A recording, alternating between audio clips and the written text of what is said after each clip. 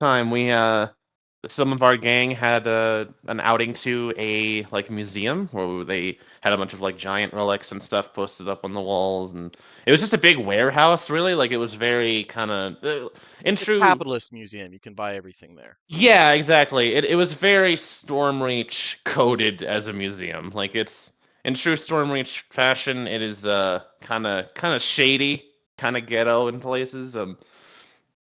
But they were there to continue their ploy to like lure the wizard guy that we have to kill out because we have to kill him within a month or else Purser goes bye bye. Um, and so Purser's plan is to basically come out and say, "Hey, we have all these like really cool artifacts, and there's like an expedition that we want to do into this like untouched ruin from the giants, and we need funding, and that will lure out entrepreneurial bad guy wizard dude, and he will like come out because we don't want to fight him in his tower. That's a bad idea." So Purser was there just kind of like talking it up, and he isn't lying. Like that is an actual thing that we have, as far as I understand. So there's a good possibility that that will actually happen if that guy doesn't show up. Never lie when the truth can lie for you. Yeah. Just it's all about framing. Um, so while he was doing that and talking it up to the like broker lady who is the middleman between like people like Purser and the funders and everything, Joe Tizzo meanwhile was just sort of sitting outside and ran into a group of like smaller little chameleon lizard folk who had been on a like multi-year long expedition to get a finger of a statue, like the statue of a giant from like forever ago. And to the best of our knowledge, it's just a rock in the shape of a finger, or it might have been a toe, one of those, a digit. Finger, you're right. Yeah, finger, cool. And they were like, we had to sail down a river, and we went through all this like treacherous stuff on our way, and there's like several of them. And Joe Tizzo is like, oh, that's cool. And he thought that maybe the finger was special, and then Purser came out and was like, nah, that's just a finger, bro. Um, and Joe Tizzo tried to like hire them on, and they were immediately like, that's fucking crazy. We're not like only like barbarian lunatics who are like Leroying their life away would get on the ocean. I'm not doing that. And they were really happy. They got along well with Joe Tizzo. They were hyped that someone else thought that their journey was cool, but they were not willing to fuck with us at all. Um, and then Baltazar kind of sat in the corner and judged the French for no reason, like just unprovoked aggression. You're French. That's all the reasons I need. You got Yeah. mad at something Purser was doing and then blamed the French as if I was responsible. I'm sorry. love Is that it. I am in character. Yeah.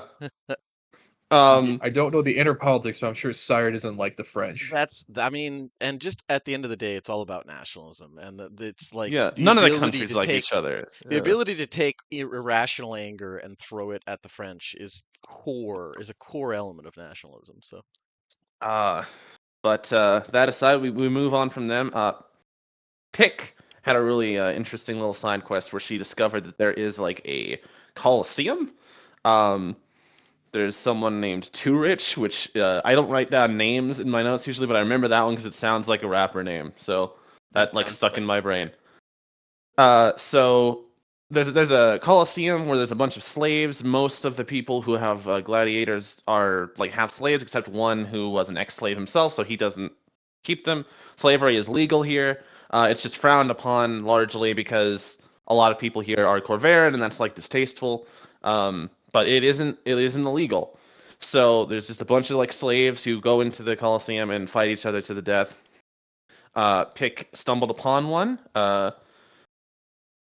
And he was a lizard folk. He was a very acclaimed fighter who did very well, and therefore his owner didn't want to sell him.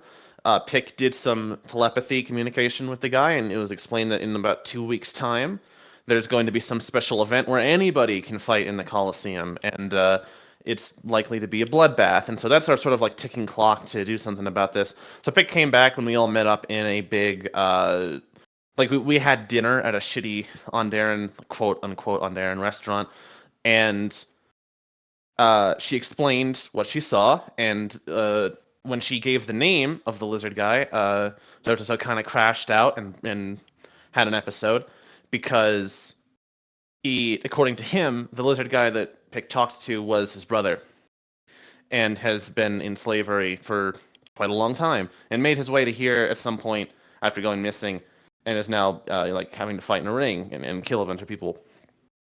Or at least like defeat them. I don't know. Maybe there's a mercy rule, but whatever. So we are now kind of like in this. Like I was gonna try and pass up on this quest and be like that's unfortunate, but that has nothing to do with me. And then now it's like actually character relevant. So we are that's another thing. We have like 5 open quests right now.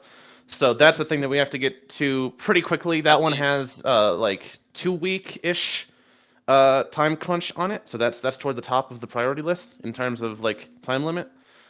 The other thing we talked about, Purser informed everybody of what he was doing, and we talked a little bit about like how to deal with Cadrock. There was some funny little banter about that because Purser doesn't like having him, and then people debated about what to do with Cadrock when we get home because a lot like everybody just wants to turn Cadrock into themselves, basically. It's the greatest thing about raising children. Yeah, I don't know. I want my children to be as little like me as possible.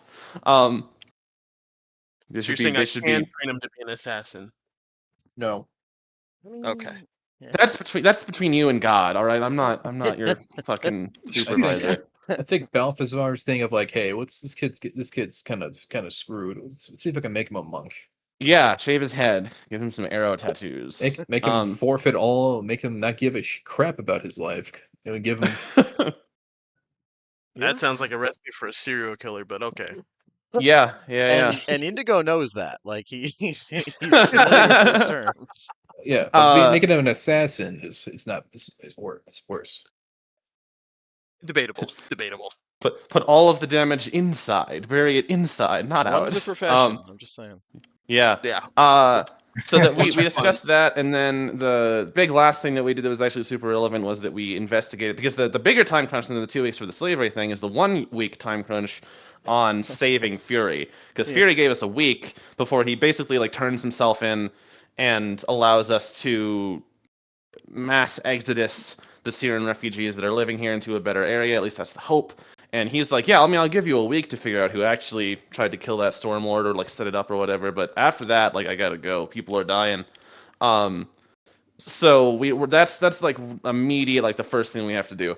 We went to the attack site where the quote unquote assassination happened, and investigated some of the blast discs because we got access to those in some fashion. And 2 of them were just very brittle, like that's why those didn't go off, because they were shitty, low quality, like bare minimum blast sticks. It's like, oh yeah, I set it down a little too hard and it chipped and now it doesn't do anything. Army surplus from probably at least a decade ago. Yeah. Yeah. They've probably been like, I know that some of them can be reused because the discs don't explode, they just emanate an explosion around them, so it's like they're recyclable if you're cheap about it. So those were like unsurprisingly not super effective, but one of them was like of a higher quality and had seemingly like the some like TLDR is that someone didn't put all the batteries in. Like it didn't have enough charge, it didn't have enough shards in it to actually detonate, even though it was functioning properly otherwise. It was just low on power. And that, as far as we can tell, wouldn't have been like an accident. I think it was that it was specifically drained. Okay. If I remember correctly. Yeah, I'm like a little column A, a little column B. I'm not sure, but the problem was that it didn't have energy. The actual disc itself was functional. It was intact. It wasn't like broken down like the others were, but it didn't have. If it needed 3 dragon shards, it had like 1. That was the problem. Yeah. So investigating that, we came to like 2 conclusions, or like 2 options for what we conclude about that. One. The people who did this are wildly incompetent, and the fact that we haven't figured out who it is yet is surprising given their incompetence. Option 2, this was intentional, and someone down the line did this on purpose. Now, we think that they might have had like a lower grade, like basically like an intern level, the bottom rank guy, just like, oh, go put up the blast discs, and that guy fucked it up. But there's also the possibility that upper management was like, this is a setup, because I'm being very conspiratorial about this. I think one of the Stormlords did it as an excuse to fucking deal with these refugees, basically, and crack down on them. So that's my theory, and this reaffirmed that bias. I don't actually have evidence of that necessarily, but either way, this is very sus and makes it look more like whatever happened here had a level of intentionality to it, because this level of incompetence is shocking. Yeah, it's rare that does well. The only thing I think we need to kind of tie that all together is the motive. Why? Yeah. Once again, like my working theory is that it was an excuse to crack the Inside whip. job. It was an Yeah, inside job. yeah, exactly.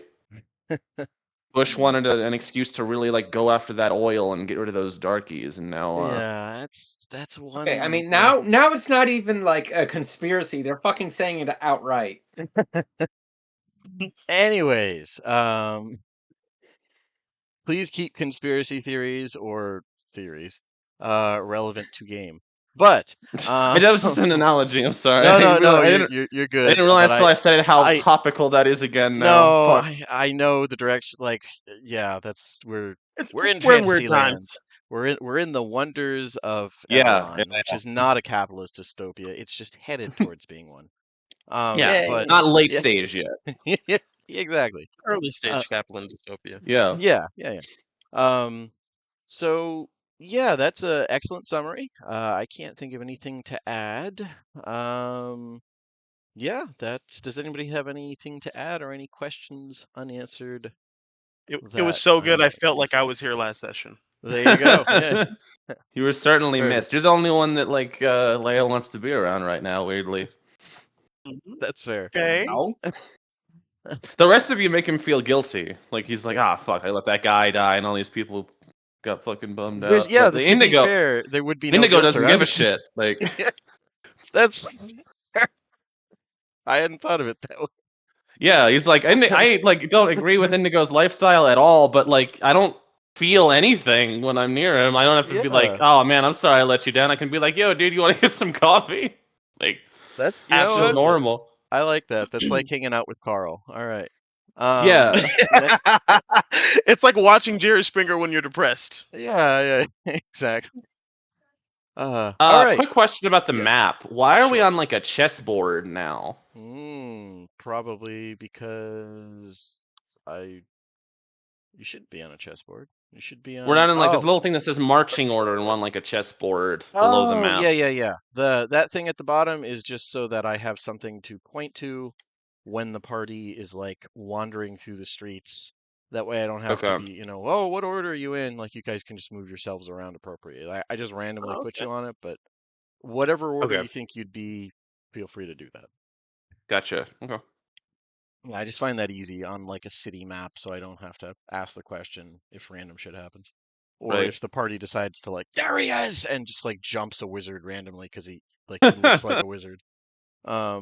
He's just got a pointy hat. We beat the shit out of him. I mean, I use that as an example, but I've had that kind of shit happen. So yeah, it's just the JoJo stomp meme. Pretty much. But yeah, so we come in here. It is, I believe, Sol is the equivalent of Sunday, a little afternoon, and it's another sunny day in Stormreach.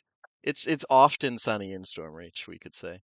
But oh god damn it! All right, guys, that was a great session. Yeah. It was me talking for 10 minutes and then we stopped. That's my kind of game. Exactly. I'm telling you, man, DMing is in your future. I get. So yeah, what would you guys like to do next? You've got a lot of things in front of you. You've got a vibrant city of criminal scum. Are we still at the site where we were investigating the discs, or have we transferred back to a secondary location? I mean, you can be just outside it or something. Let's say you're discussing the, Leo is pitching his, it was an inside job theory. You're just coming out of that, let's say. Okay, yeah. I think that's also pretty believable because he's another thing I didn't mention that was smaller from the last couple sessions is that Leo kind of like feels weirdly at home here a little bit because there's so many like insider conspiracies and like secret Just politics of like like, on oh and yeah, Dare, this, yeah. They're just yeah, dressed exactly. This worse. like, Yeah. oh yeah, this like head of police like is also like in charge of all the crime. This like makes total sense. Like, Yeah. Like I said, they just have terrible fashion sense. But beyond that, yeah. yeah. But yeah, Leo's pitch for like what to do next would be to sort of narrow down like through history, reputation, or if someone has insider info, we could talk to like see if any of the Stormlords individually would have had increased motive to do something like this, and then that helps us narrow it down, or if it was like a collective conspiracy. Because from what we know about the guy who got hit, he might not have even been in on it.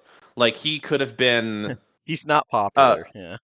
yeah, well, like he was described as like really stubborn and kind of stout and like, oh, well, I'm not gonna let this get in the way of what I'm doing today, and just like went to his coffee meeting or whatever. Like he's that kind of guy. So he might have just been like a useful target, and then someone else individually had this plan. So I think the next step, if we are gonna like pursue the line of one of them did it, then try and figure out which one would have had the most The benefit. motive to do so. It's not a Like- bad idea to look into the Stormlords anyways, to be honest. Like Yeah. that's useful info regardless of what you do. Can so Indigo being here probably longer than anyone else, can he think of anything that one of the Stormlords would benefit from like having this crackdown on the Syrian refugees? So Does that you have, having been here for a while, you have basic knowledge of them pretty comfortably. I would say for like remembering their various grievances, you would need to do a history check, but it's not going to be a very high DC because you do hear a lot in the shadows. It's just with the strong implication that like it stays in the shadows. That's why people let their mouths run, is because it's, as weird as it is, it's typically not used against them. Your aunt is super conservative about actually like wielding secrets. Hmm. All right.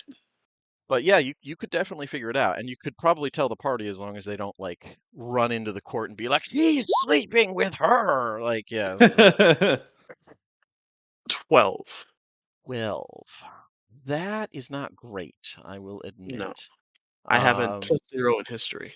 well, and it's one of those things where it's interesting in a like Melrose Place type sense, but I imagine Indigo's really more into the on the ground scene. Like it, Yeah. a smart assassin typically avoids like killing one of the city ruler's contracts. Like that's more of a career finisher, like for good or ill. That's like it, if you can do it, it's great, but it's like if you're If you smart, screw it up. you're never getting credit regardless. So Yeah. it's like yeah. Um I imagine you kind of tried to avoid too much going into that. So, basic information, you do have that, and I'll just go through it. Um, the the fellow who was targeted. I know I've said this before, but just a quick recap, in case there's been a ton of information and/or time since then, is a from the Amentuus family, Yorick Amentu.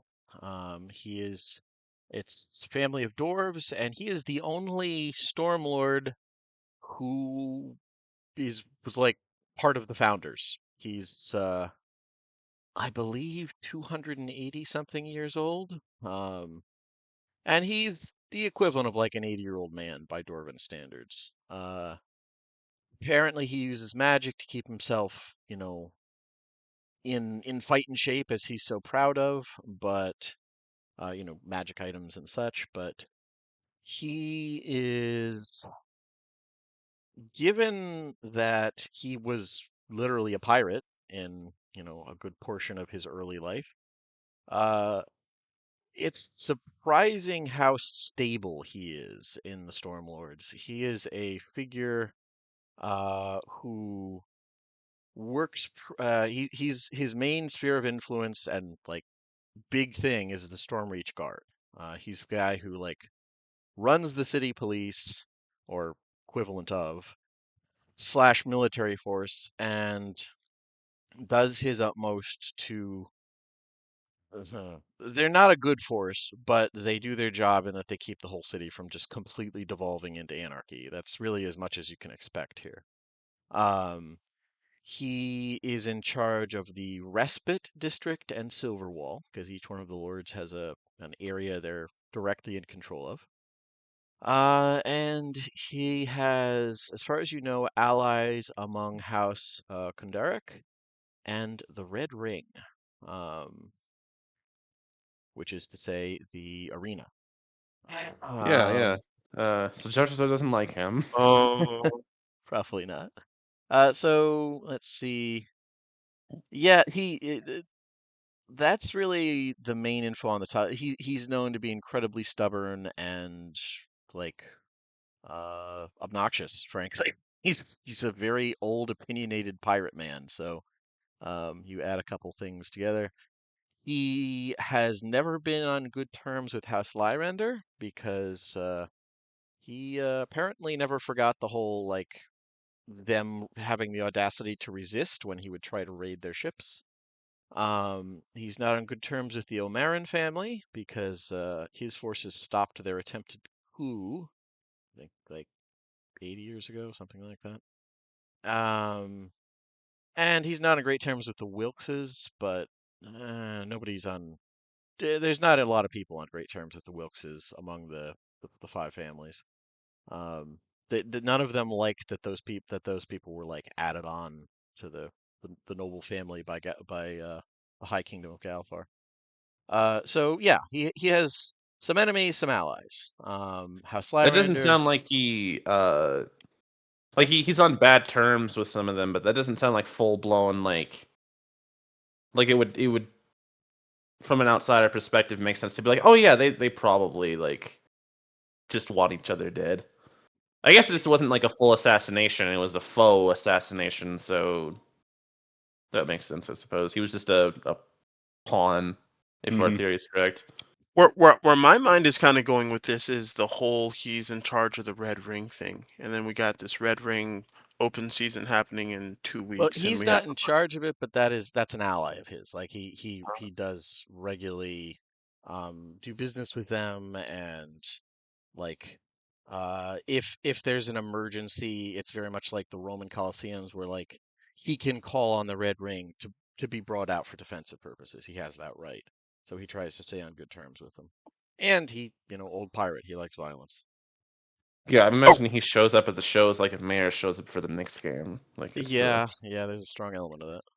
I'm just worried that we're maybe dealing with a situation where they try to, if we don't get the refugees out because they're stuck here, they get conscripted into the Red Ring or something. that would be a pretty worst case scenario. Yeah. That would be a lot. It's not impossible. It's hard for any of the Stormlords to pull power moves that big. There is a Okay. certain element of anarchy to the city.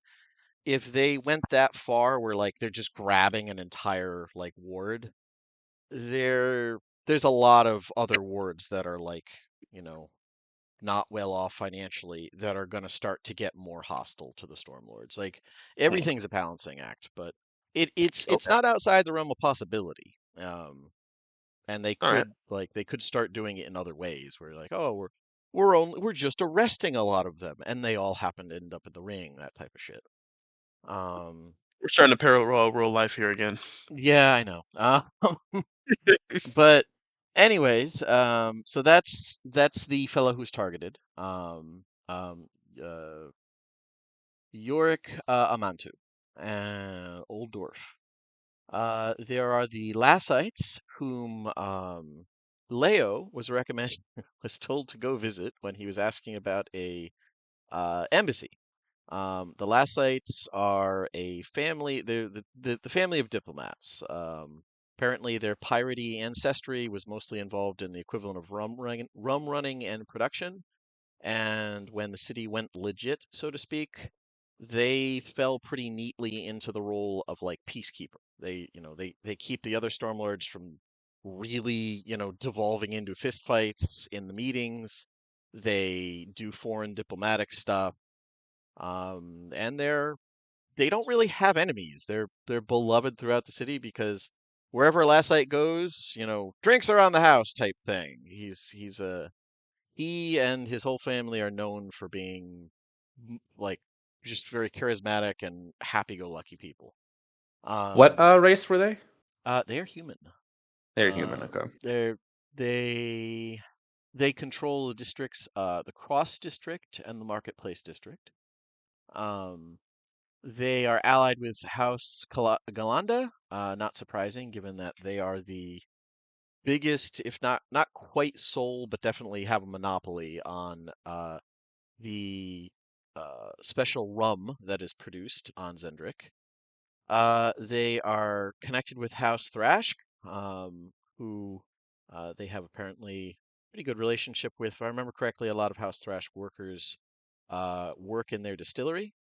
And he is on good terms with the Selshadra family, or the Lassites are traditionally.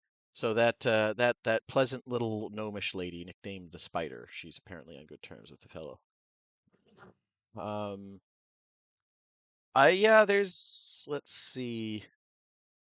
Pretty shady. He's approaching. He's definitely in middle age, not really showing it too much, but beyond the fact that he likes to, he's just always a good person to talk to. He's known for going into a place, buying everyone a drink, and just sitting down next to drunks, and by the end of the night they're playing cards or something. Just that kind of almost larger than life.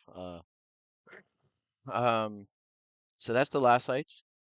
The Omarans are it's a human family. The current leader is Paulo Omaran, and she has been kind of slowly reversing the Omaran curse, so to speak. They are supposed to handle city infrastructure, and they control Forge Light and the Temple District officially. The curse, their history is a rough one. The founder, Delara Omaran, she was a pirate queen and pretty damn good at it. Not so good at running anything involving a city afterwards. She would overcommit herself. She, didn't pay any attention to finances. If people needed stuff, yeah, you just, give it out. That's very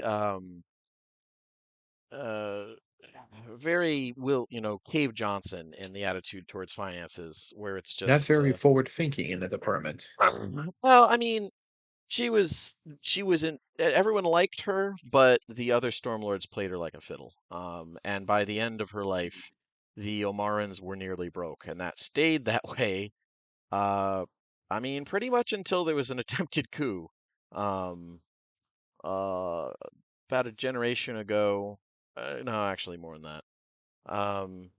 It would be 100. Yeah, definitely more than that. I think it's like 110 years ago. One of the Omaran head at the time tried to do a coup and just seize control of the city. He misjudged Yorick Amantu, and like as ridiculously stupid as they seem, the Stormreach Guard put down his attempted coup very, very handily. And it's since then, I mean, that's been the main enemy. Realistically, the Omarans and the Amantus, like, if there's that's almost always a shouting match whenever all five of them have to be in a room. They despise each other. Because unsurprisingly, the Omarans never really forgave him for stopping them from taking over. They got hit with even more penalties. Like, they got to keep their position, but they were like the completely destitute like great house basically until the current leader came to power, Paulo. She had managed to do a complete turnaround of their fortunes, both literal and figurative. Made alliances with House Cannith, House Deneath, and like got the Stormreach Forge profitable enough that she started up the private the private military force, the Iron Watch, which is supposed to be like the elite force for what the Guard can't handle. It's a military group that works for the good of the city and is entirely comprised of Warforged. She reached out to a lot of the Warforged after the war and has been, so far, been very good on her promise. It's a prestigious job for Warforged. It's one of those things. Honestly, if Mercy hadn't gone adventure, this is the kind of job that would be like a really good position as far as money to get. She herself, Paulo is unsurprisingly ambitious and forward-thinking, or just ambitious and fairly canny. There's rumors about her and the local head of House Denis. There's possibly the scandal romance type thing, but it's that could easily just be rumors. Yeah, she's actually known to be relatively pleasant, as long as you don't bring up the whole like family failing up until her. Uh, she is not the oldest member of the family, or like wasn't the most respected. She took control through the Omeran tradition of basically you can do a duel. It's not to the death, but you can challenge by force of arms, and if you're strong enough, you can take control of the family. She won it about 15 years ago, if I remember correctly. Like a terrible way to decide leadership. Yeah, the Omarans are a bit of a mess. There's a reason they've been comically down and out up until now. Yeah. They're still technically on the hook for like all city infrastructure. Like they have to fund. So the fact that she was able to pull them out of that is comical. I have the biggest muscles. Okay, well clearly you can make all the trade decisions then. Yep. Yeah.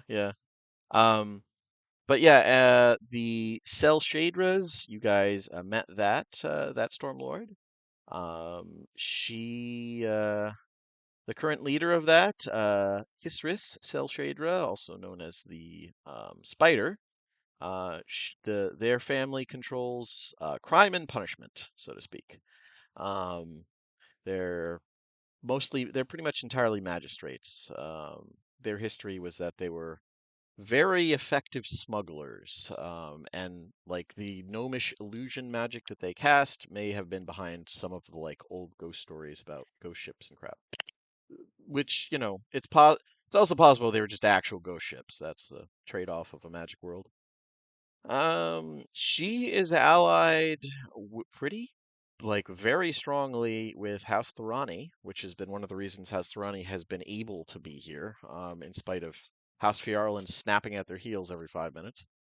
And that's all of their public allies. They may have others, maybe less public. Unofficially, you guys have been told that she is the head of the Quickfoot Gang, which is basically a think of it as just like the collective. It's like all the major gangs in the city, and any decent sized minor one pay protection to her to make sure that the guards don't crack down on them too hard.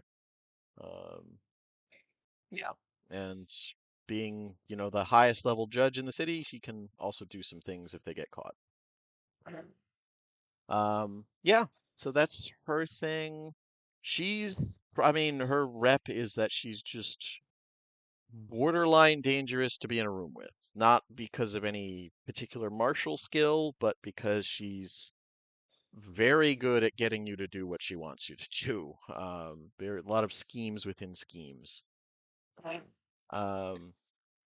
And the last are the Wilkseses, who are technically not Stormlords, but they are one of the ruling families, so for all intents and purposes. They had their start when the city went legit and struck a deal with Galifar, the Kingdom of Galifar. Their deal was part of it was they had to take in someone he put on their like council of pirates, and the person he put on was the Jolin Wilkes, who was a pretty decent guy for, he was a privateer as opposed to a pirate. He was, legal, so to speak. And as a way, I don't know why they thought this would be an insult or a hindrance. The Stormlord said, "Well, you're part of the council, but we don't grant you the rank of Stormlord," type thing. They put him and his family in charge of the harbor, and that'll show them. And then they realized they're a port city, and they just given a comical amount of control over to, someone who they didn't like. So he like that family handles shipping in a major port city, docks, tariffs on the harbor, yada yada.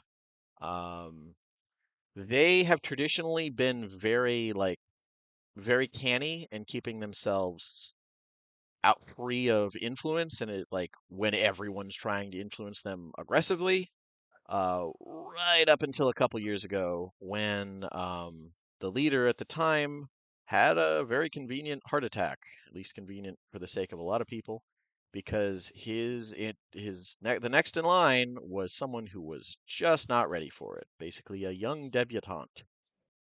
Jonas Wilk has, in a few short years, given away a ton of authority to third parties who are very much manipulating him. It's only because he's so indecisive that he hasn't already completely folded. House Lyrander already negotiated basically like buying an entire area to build their own shipyards.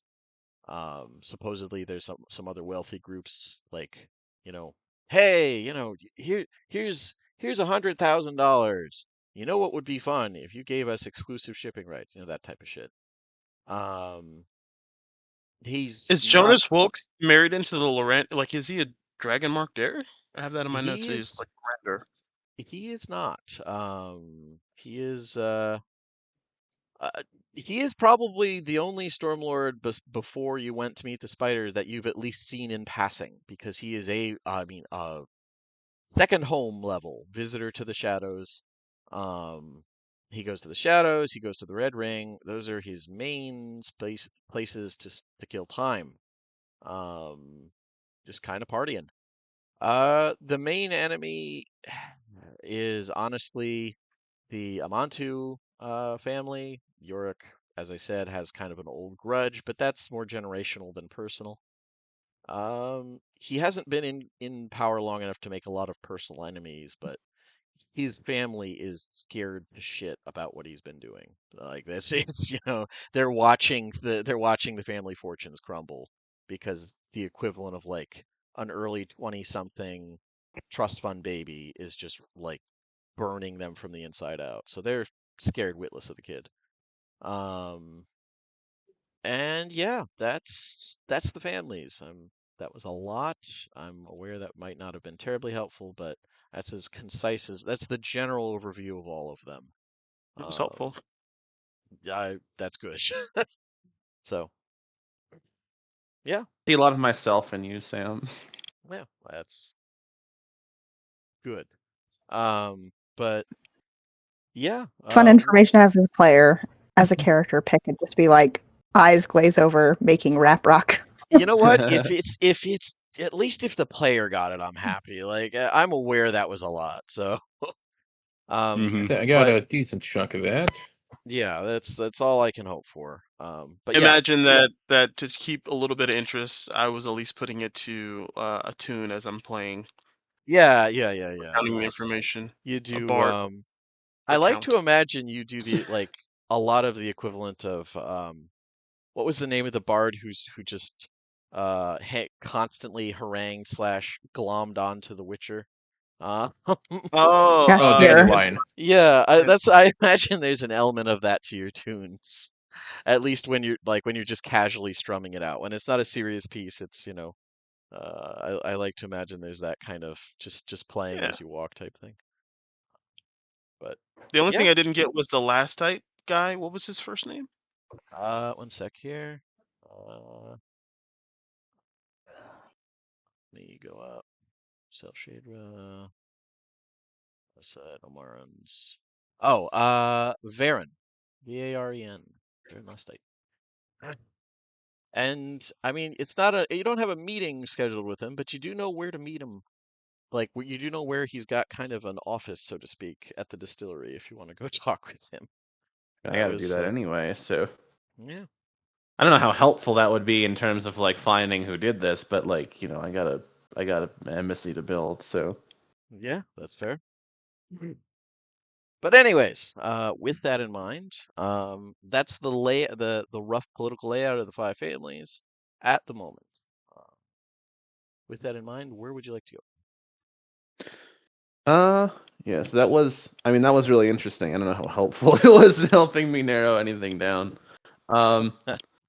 If it was super obvious, I like to think that someone would have pointed it out before.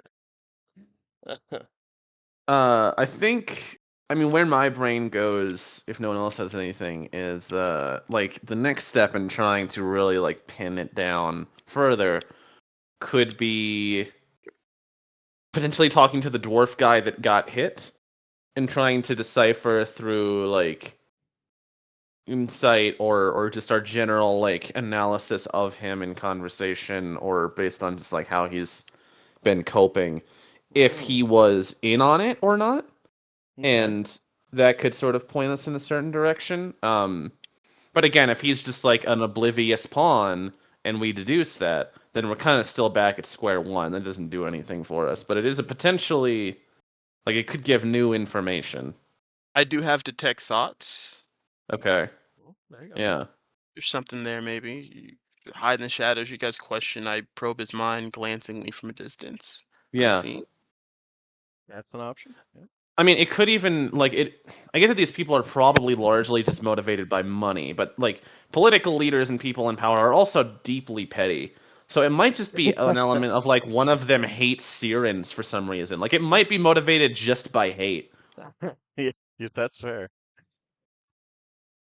Yeah, I have Like, absolutely no direction here, unfortunately. I think that's the best one that we got is go to. Also, I know we looked at the blast disc and they were kind of suspect. Maybe finding the carriage that it was put on could. I don't know how relevant it is, but try to find the carriage. I don't know, a little Maybe Zootopia. do some arcane equivalent of some like forensic shit, maybe. Yeah, Okay. in forensics. Fair enough. All right, so off to visit the Amantus. All right. Let's see. If I remember correctly, they are in Stormhaven. Well, all of the Stormlords have at least an estate there, so that would be the easiest place to, go to his mansion basically and say, "Hey, we have some questions. We're looking into the case," or what have you. What part of Is this? there a more? Sorry, go ahead. I was just saying, what part of this of Storm reaches Stormhaven? Oh, it's in the very center. I see it on the map. Yes, it's part of the Respite District. It's the nice part of the city, so to speak. Gotcha. Yeah. Is there like a more formal place we could meet him? Like, is there a Yeah, sort of he has an business office. hours? Like, Yeah, he has an office at the Lorsmarch Palace. If I remember okay. correctly. Yep. Which I would be is more in the inclined to marketplace. do that and try and get a meeting rather than like, oh, we're gonna show up at your house and just see if you have time to spray. Because that might do it. That might like work, but it doesn't set the best first impression. I don't think Leo is a bit Okay. more That's fair. like formal or cordial than that. Yeah, that's That is probably a fair. good idea.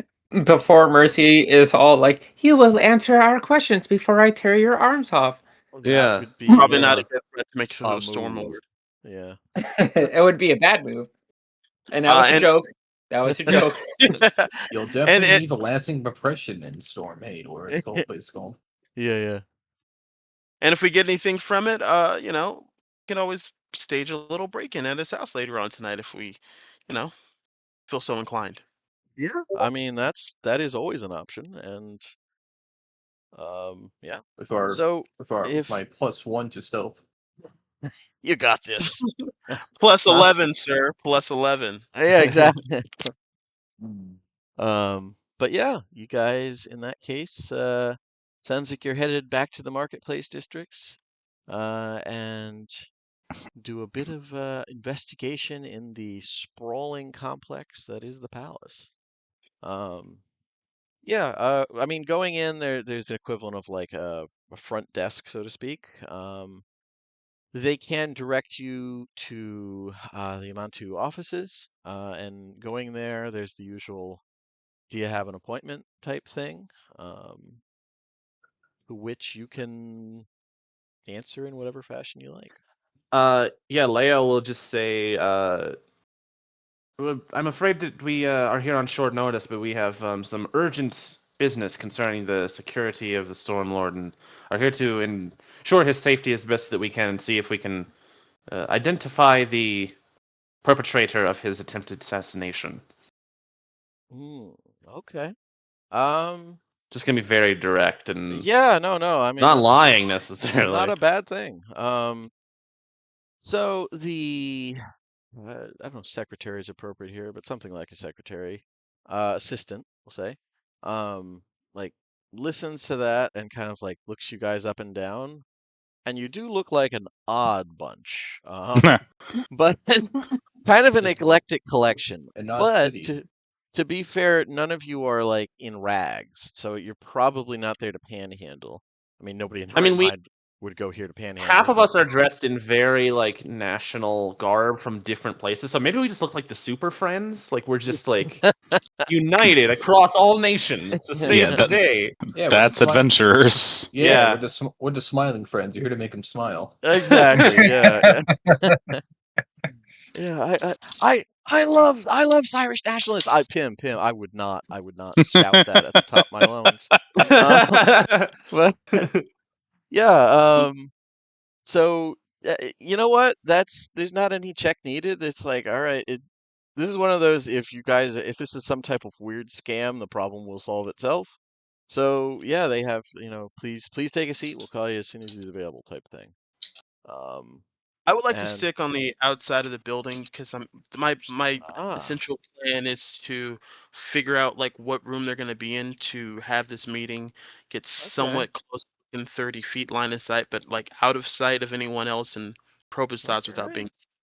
okay. You're So hiding you're behind like, like a fern, like a potted plant in the corner. well, Yeah. are you like clinging to the side of the building, or like how are you doing? How are you doing that? However, I guess whatever makes sense for the topography in architecture. Yeah, because this is vaguely like Buckingham Palace as far as like size. So it's Got you. let's see. Yeah, I mean, you could be clinging to the side of the building and hope that they choose a room with a window, or you could have gone in with them and just like lingered back and try and like blend into the crowds type thing. It's whichever you think would fit. I'm gonna stay back, linger, and just use my message cantrip whenever available. Like, just keep me in the loop on which building you're going to. Floor, room down the hall. Let me know if it has You're windows. you're saying that to us? Yeah, There's like a little to voice whispering in your ear. Yeah. Yeah, I'll or with the message. just nod. I kind of whisper to like Mercy or whoever's next to me as I'm walking down. I'm like, I hate it when he does that. I wish he'd be a bit more direct when he speaks to me. And the great part of Pick this is I'm just sure pings there's and everybody gently, and it's yeah, like there you go. I can I can do it. It's fine. I Yeah, keep between all of us. Pick has psychic radios up if you guys want to use that. I don't Yeah. blame Indigo for like not innate. He's probably been using message a very long time.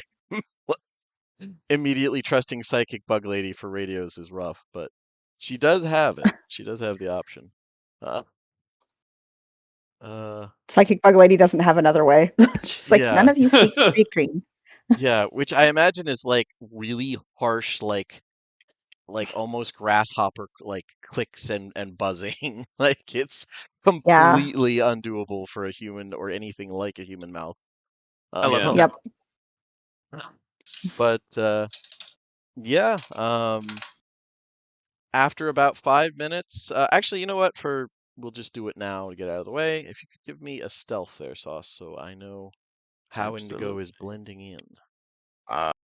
Okay, let's do. Look at that. He's blended in perfectly. Honestly, I feel like you just for the sake of it, you actually catch the eye of like a lower level like scribe or something, the equivalent of like a typist.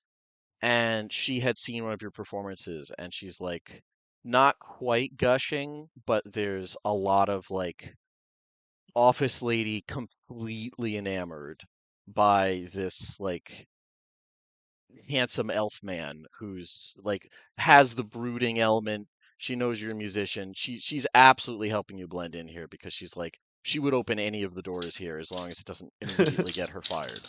She's So like that's self-fanning, sort of yeah, like. yeah. It's not quite that obvious, but it's really close. She's having a hard time stringing words together. But yeah, What I that was gives sort you of a like imagining for the like strategy here is that Indigo isn't necessarily like standing behind things so much as no. he is It's like if he's it's blending in with the Blending crowd, into it's yeah, like just look like you're supposed to be there. It's like the episodes of like Breaking Bad where someone like walks in and they put on a hard hat and the vest and they just look like they're supposed to be in the warehouse. No one even like exactly, fucking yeah. And no one with questions them. like the crit here is that you have someone who works there like in a deep conversation with you. So Yeah. that's why like nobody's gonna question. It's like obviously maybe you're visiting, whatever.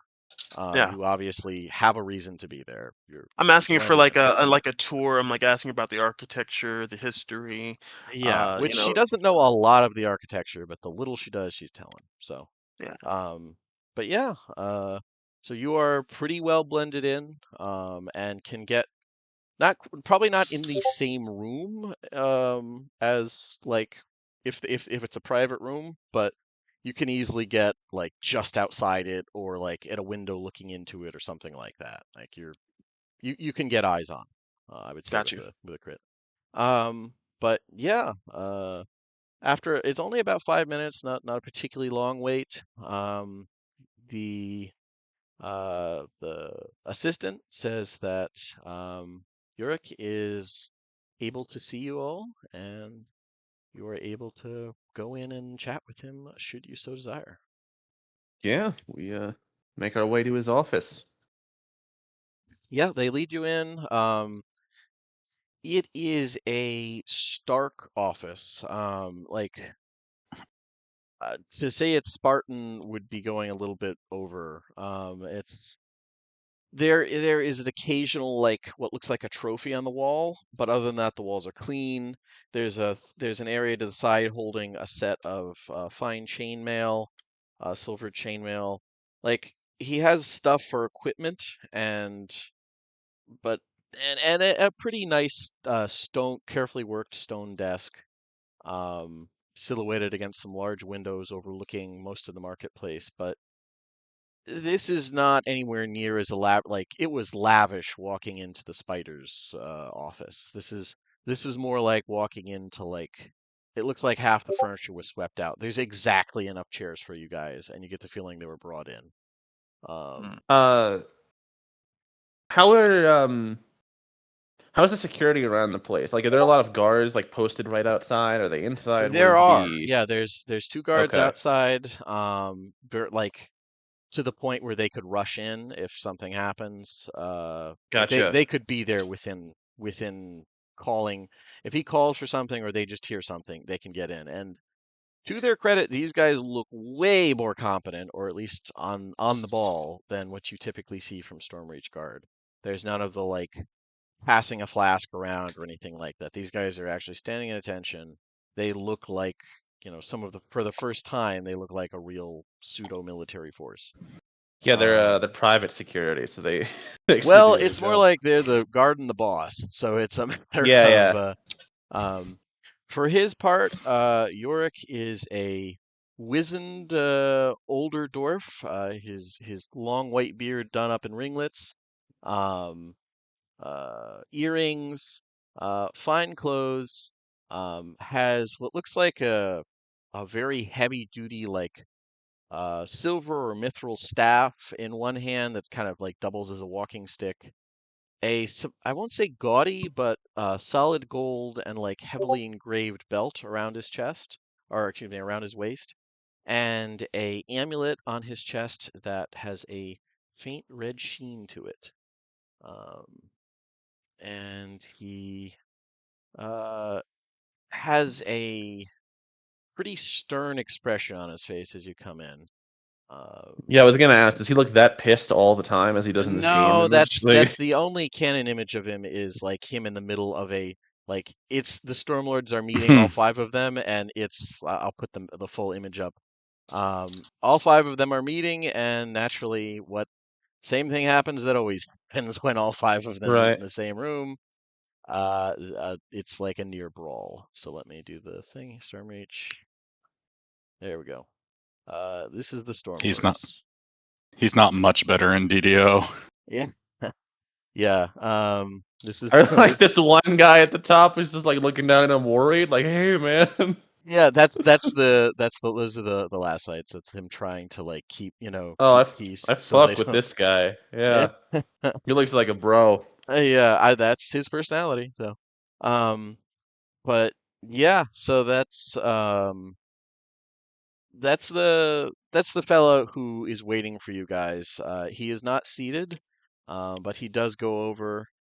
He moves fairly smoothly for a dwarf as old as he looks, but does take an extra moment to like push his stone, his big stone chair out, walk up the little steps and plop himself into it with like a sigh, and gestures towards the chairs. All right. The aide out there said this was something important about, well, I imagine everybody's safety. If it was just mine, that ain't news. Um, what's this about, and who are you? Leo will step up and clear his throat, and he'll say, "Greetings, sir. Thank you for meeting with us. Indeed, it is an urgent matter. We are investigating the attack that was made against you, and we have come up with some leads, but are hoping to close the investigation out. And we're wondering if you could offer some insights before this happens again." Fair enough.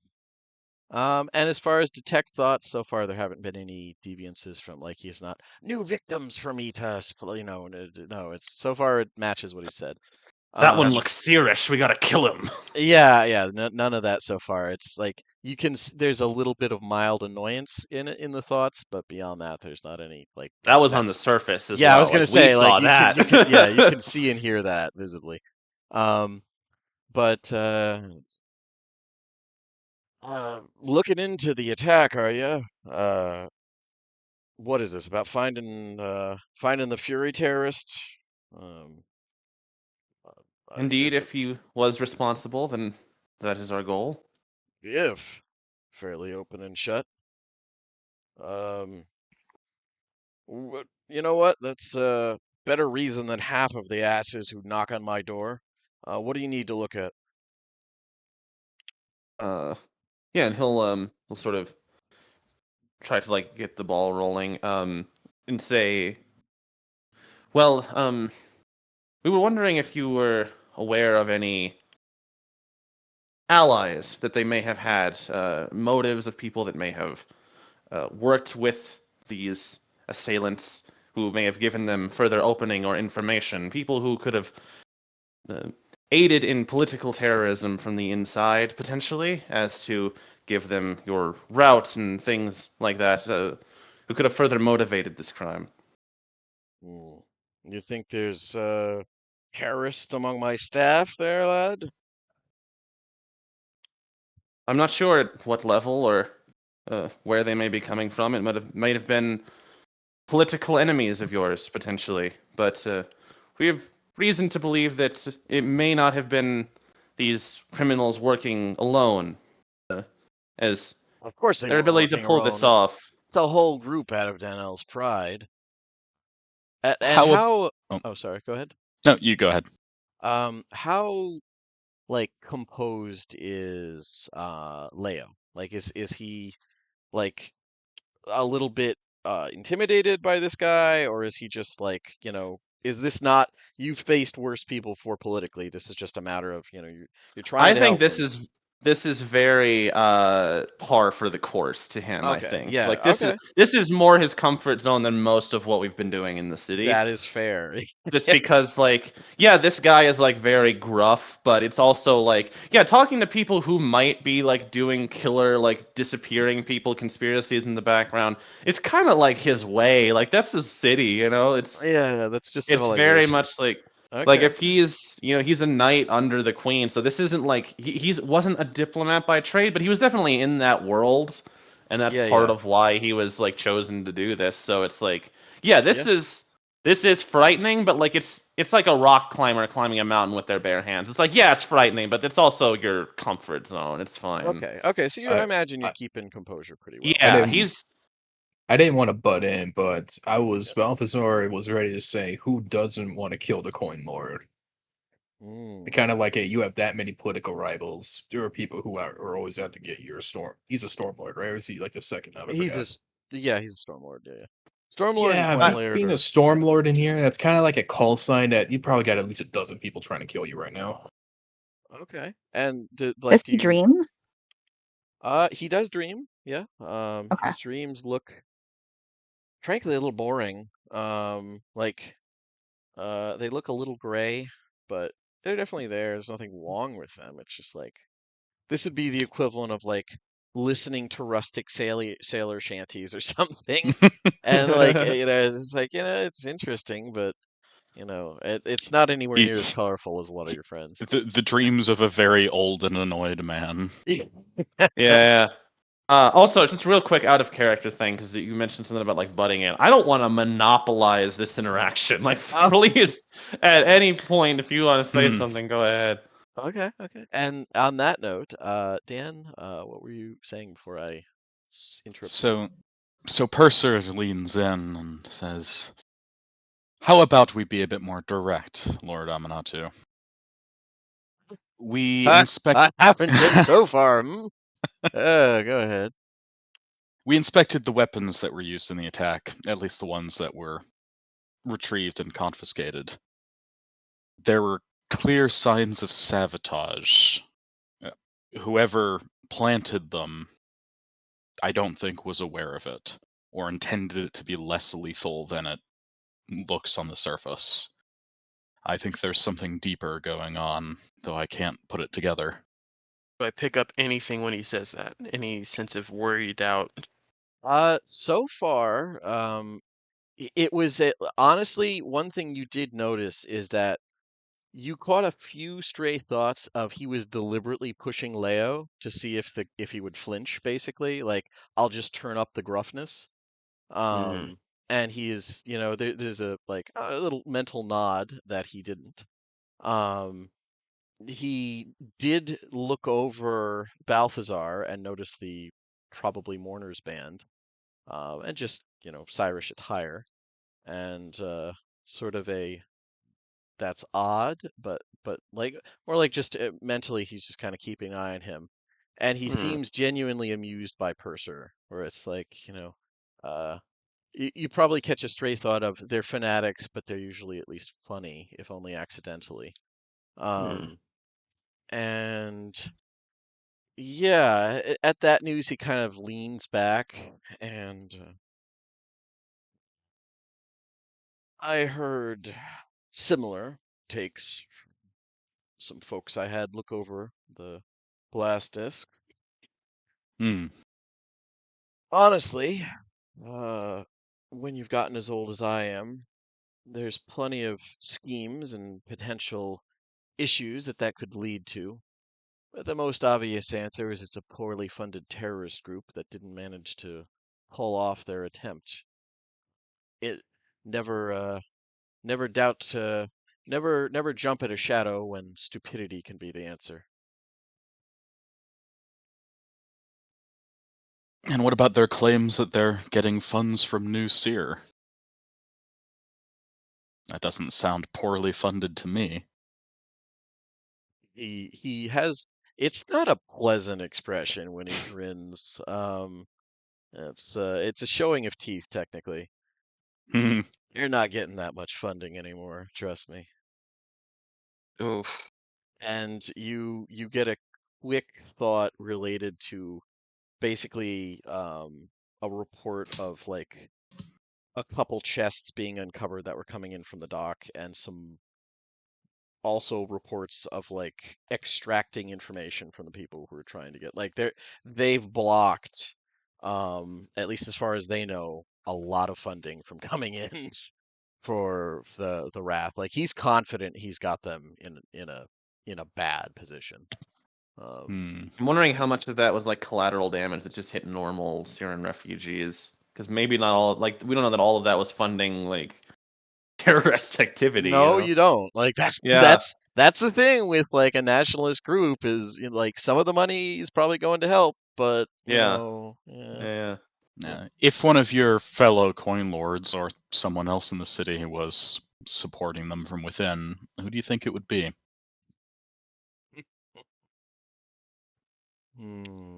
Purser asks, basically already knowing what he's going to say. Yeah, well,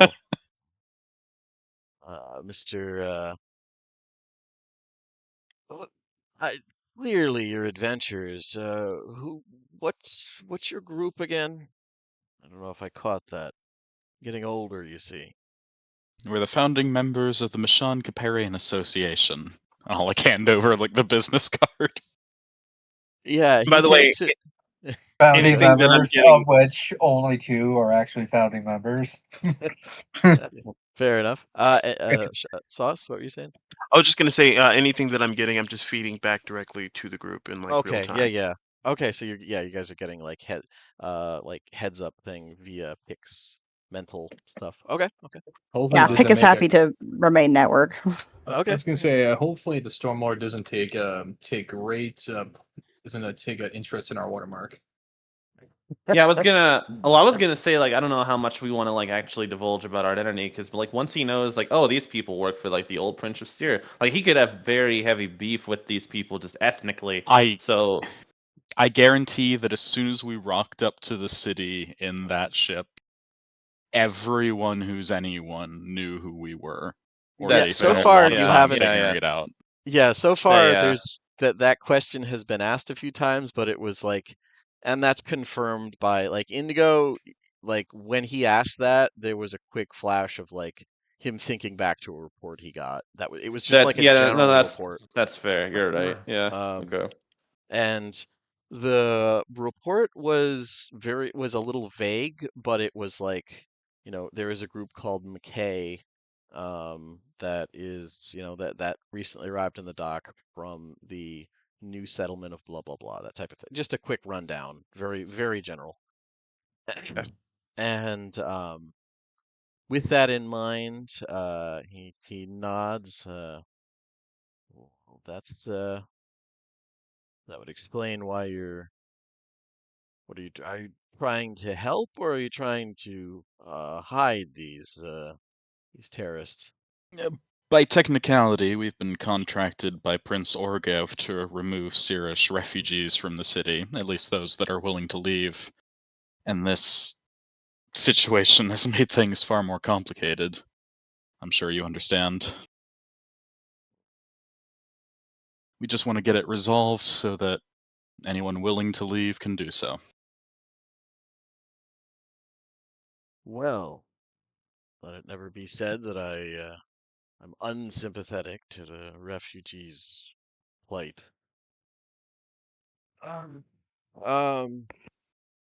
As far as what you're insinuating, where there might have been problems, the Stormlords all stand united. That said, we do occasionally have issues. I don't think anyone would go quite that far, especially this level of incompetence.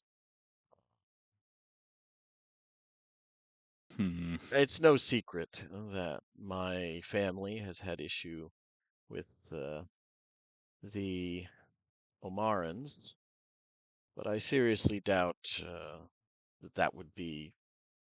I mean,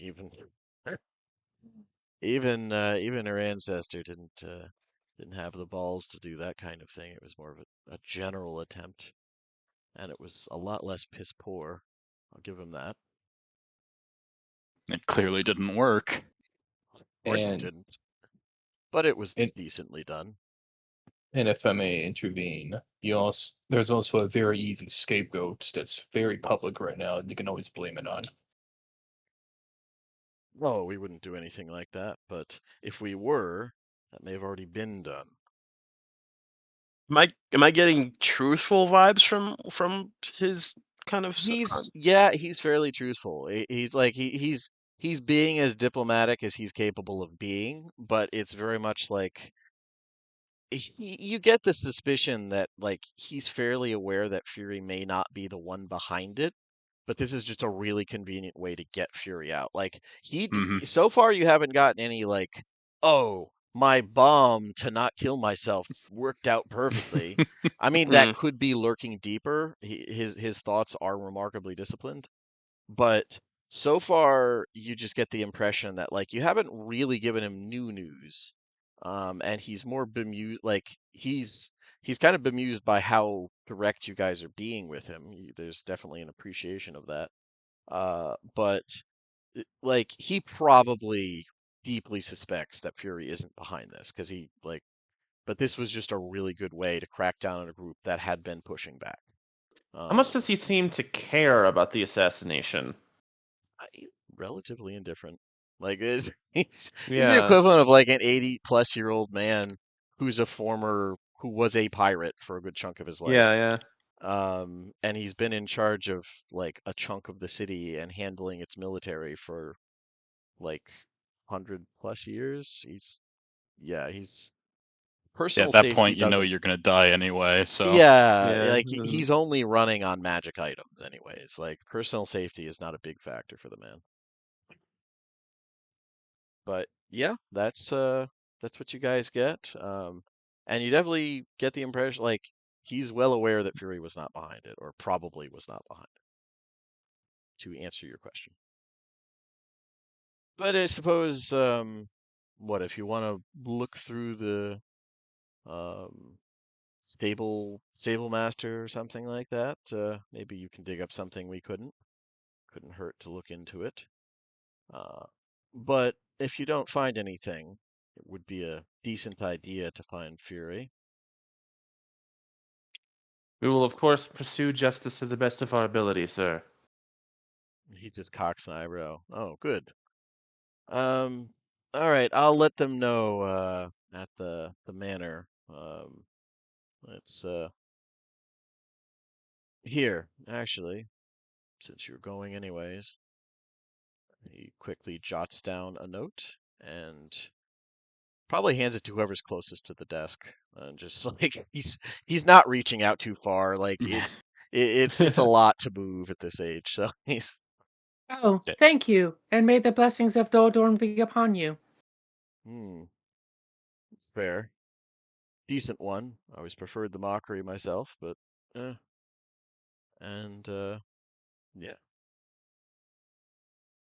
Thank you for your time, Lord Aminatu. We'll let you know if we find anything. You do that. If not me, there's a bounty out resolving it. Technically, it's for Fury, but I suppose we could make an exception. Unfortunately, with our contractor, we have to leave no stone unturned and make sure that we don't take an innocent Siren. He just like kind of dismissively waves his hand at that. Yeah. And Purser just shrugs, like, I know, but you gotta like dot the I's and cross the T's. The door is open. As he gestures towards the door. Apparently you're done. Yep. I like to picture how serious Purser is. And go ahead. Pick just, I was like, I like to imagine how serious Purser is, and Pick is just like on her permanent perch and like uses the one set of hands to balance on his head, and then it's just like wrapping rocks, and then just like stops like a cat staring at like what at the fuck ever on the wall to stare at him and be like, interesting dreams? No? Tunes completely back out of the conversation and back to wrapping rock. Yeah, one little set of hands is constantly doing something. It's like fidget spinner. Yeah. Yep. Purser just completely forgets you're there and does serious things while that's happening. That was probably Yeah. part of the amusement that Indigo was picking up, was like you couldn't tell if like he assumed it was some religious thing where you put like a moth person on your shoulder, but he seems to think of you as like a religious fanatic. So Yeah, it's this Pikachu. I mean, it's what all the kids are into yeah, these days. exactly. Yeah, probably a little bit of that. I like the idea that she's been back for such a brief amount of time. You've already once again gone numb to Bug Woman. Like, you're just so fucking adjusted. Yeah, we're best friends. Yeah. I get used to it. Yeah. But yeah, with that, you guys are shown the door, so to speak. And if you want to go speak with the stable master, look at the carriages, something, it's probably not going to get you into like the main hall, but you can go to his estate in Stormhaven if you want to.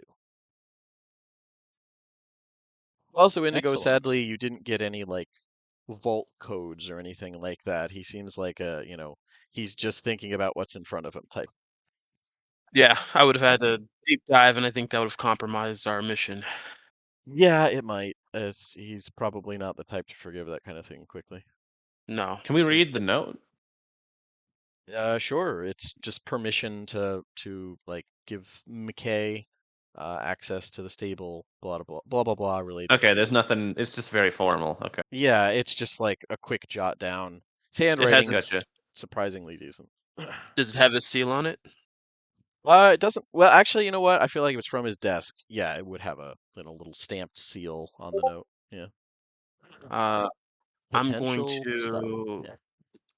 when we get to a place not in here, ask to see it and make like a little impression of it. Yeah, that's always a good idea. Elves.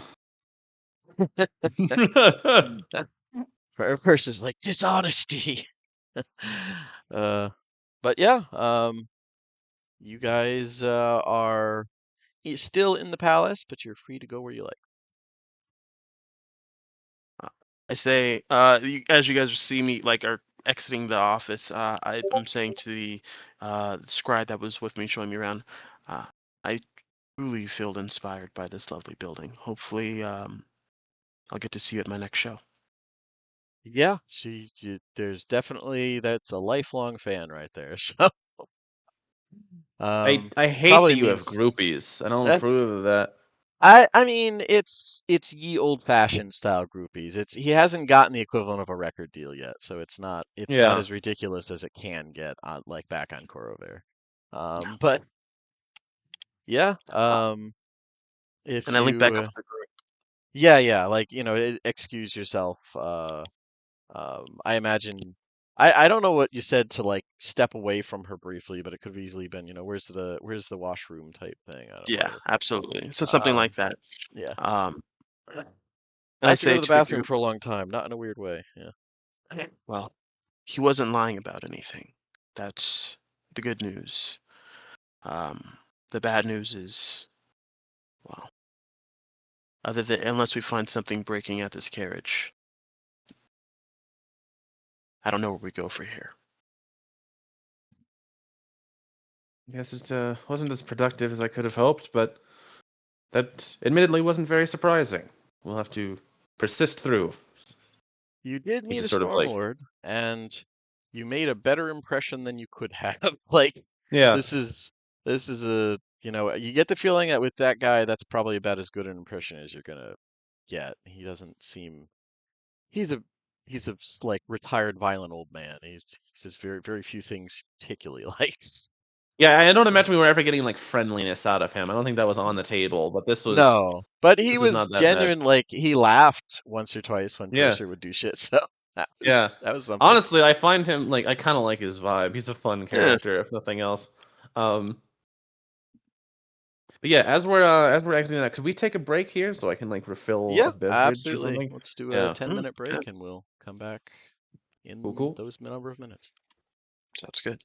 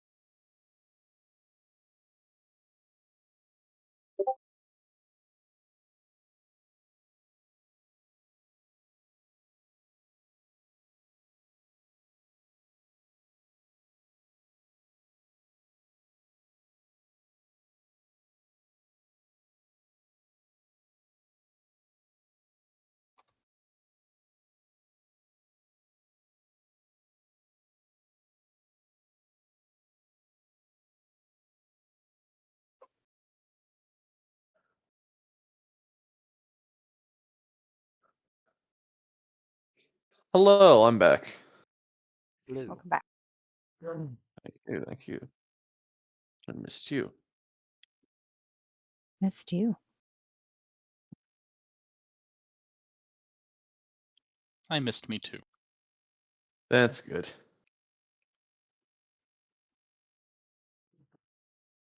Yeah. So By while the we're way, the average waiting, D&D party thing, I've seen that before, and yeah, the only thing it's off is that it's not a big enough party and there's not enough idiots. Like, realistically, add more idiots. As someone who's played those various, I've played all 3 of those roles. There's usually a higher idiot ratio, but yeah. as in I think the player's an idiot or the character though. Yes. Yeah. I think usually the character. Smaller idiot because I only play human, so they're pretty normal sized idiots. But I played a very big idiot. That was my token Yeah. enormous idiot. Hey, he was perfect. He was a precious boy, too pure for this world. Yeah. And I was I just wanna- edgy McEdgelord. I just did not fit Sean's game at all. I mean, you fit better than the parrot. Like, and to be fair, we did need someone who wasn't like a lunatic. Like the rest, there was a lot of crazies in that part. I feel so bad for that DM right now. I mean, it was supposed to be a little silly. It's supposed to be kind of a palate cleanser after like Okay. a more serious game. He does That's that fair. where he's like he does a serious game, then he does a shorter series of like something silly to get everybody vibing again. I guess I don't know. That's fair. Um, Yeah, I like the. You said that in your games, Goliaths are just half giants, right? kind of. Yeah, there's variants of half giants, but yeah, half giants, and they are properly large. They are not. Maybe that's like one of the few things that could coax me out of just doing human every time. Then I just want to be the fruity giant NPC that you portrayed earlier. Oh yeah. Breaking down social norms, right? The I big mean, dumb he was guy a bear. can be. To be fair, the man was a bear. But yeah, Of course he was. He's a giant. You're trapped in that role. I mean, probably, but there's different variants. But yeah, it was. Look, he was very open, and I appreciate that. Right, we're breaking down cultural norms. I love you, and I won't you. Yeah, it wasn't that vibe, but I still remember fondly that immediately multiple people went to that reference. I thought it was a lot more. Welcome back. I thought it was a lot more wholesome than that, and I'm not going It to let anyone actually ruin was. that for It me. was meant to be. Yeah. Yeah. It was, He would have been gentle and loving. he would have. Yeah. Yeah. In his Not big to my place, enemies. To my enemies, he would have crushed their heads like grapes. But exactly. you Yeah. know, You're not helping. He would have also been probably like a worrywart. Probably like I imagine that would have been like you protective. need to stop doing like scare danger stuff. You're tiny, and all your friends are tiny. Like some of them are actual bugs. Stop doing adventure stuff. That would But he would honey, probably I'm be like an that. angel. I can fly. Right, bug stuff. Yeah. Bug stuff. Yeah. Yeah. I loved him. Yeah, he was great. I mean, you have a vague idea of where he is if you ever want to. Yeah, y'all need to get your heads out of the gutter. Is all I'm saying. It is wholesome. That's fair. I mean, it can be two things. It can be wholesome and make jokes. But let's see how many people we got. Yeah. I'm back. Okay, nice. Then I think that's about it. I've heard things from various people, so I'll assume we. I'm Say back. if we still. Oh, never mind. Did we hit Sauce? Sauce back? That's fair. Sauce may not be back yet. I was gonna say if a guy's second, and apparently Sam apparently recommended you, Scott. For is it normal for HKs to pull down the hammer in order to put on safety? Yeah, there you go.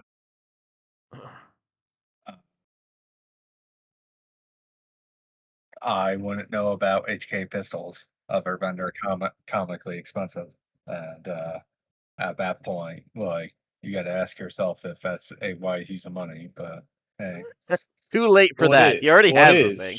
Well, it is. He already has it. I think the question now is like, how do it work? No, it's just I've never seen a gun do that. I don't know if that's just me or. I am not a gun nut, so I knew it was Or I need like, to yeah, pull I'm not down the gonna know this. I need to Scott engage might. the hammer to turn on the safety. That sounds right. Depends on how old of a design. No, that it is. sounds right. Like I don't know Yeah. about 'Cause the HKs in particular, but like my 1911 does that. Sorry for cutting you off, Scott, but yeah, like you can't really engage the safety unless a hammer is actually engaged. yeah, similar thing with a VM4 where it has to be, for lack of a better term, cocked to. Well, actually, that is the technical term, but it has to be cocked for it to engage the safety. The only pistols I ever fired were Rugers and Glocks, so that was just weird to me. Yeah, I mean, modern safety, the HK pistols are based off of like older double action designs, so it's not surprising that, because back then it was very much the idea of, well, why would you want it unsafe if like there's nothing in the chamber, sort of thing. Like modern day like safety trigger discipline stuff is like, well, it's modern. Yeah. A little more strict.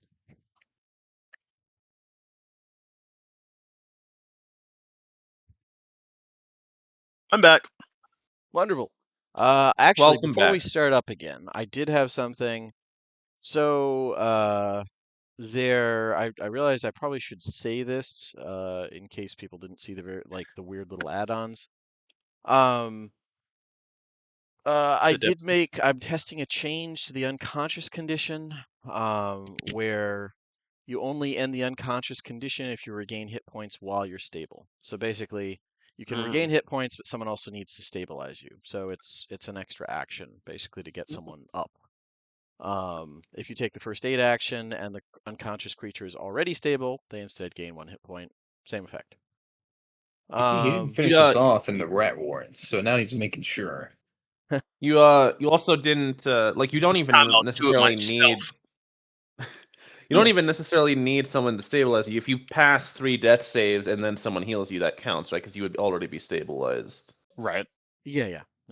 Also, I think thus far the only thing I actually like from 5.5 was their change to surprise, just because it's easier. I'm not even gonna say it's better. I just like it because Bottom it's of easier. initiative, right? They Yeah, it's just disadvantage on initiative. Just disadvantage on Okay. initiative. Like it's way fucking friendlier to like helping avoid the who gets a free like yeah, that shit. So does the initial attack still happen for, like, let's say snipe someone out of nowhere? Does that attack still go through, or do we go to initiative before the attack even happens? You always go to initiative. It's just lenient DMs that allow otherwise. Yeah, it goes to initiative, and then the person who's like about to get shot in the back of the head has disadvantage on the initiative roll, basically. Like I said, just to avoid the fuckery. The Also, artifact maneuvers. I originally, I basically thought you needed a certain feat or a class to get them. Then I read back through it, and I was like, oh, it doesn't explicitly say. And then I looked it up. I didn't look it up anywhere viable, but someone asked the question on Reddit, and the creator answered, and I was right the first time. You do need to either be a Battlemaster fighter or have the Martial Adept feat so that you can use some kind of maneuver in order to make use of your artifact maneuvers. So sorry for a tease. I thought it was a free thing. Plus you can only use it once. Well, yeah, it was pretty restrictive. That's now I don't mind changing it so you can use it once per level. I like that. But yeah. Listen, their character stuff was pretty wonky. I'm not going to pretend it wasn't. I like a lot of the flavor of it, but like a lot of the race options they came up with were shit. So like yeah, I'll take it what it is. But I just wanted to mention that it is, you need to be able to do maneuvers in order to do an artifact maneuver. Not terribly surprising. I'm pretty glad I didn't read it over then. That would have been pretty disappointing. Yeah, well, that's exactly it. I'm just glad like I hadn't been allowing it for a while before I saw that post because then I just have to go with it. But yeah. Nothing But gained, it's nothing lost. exactly, yeah. I'm not breaking anybody's heart too much here.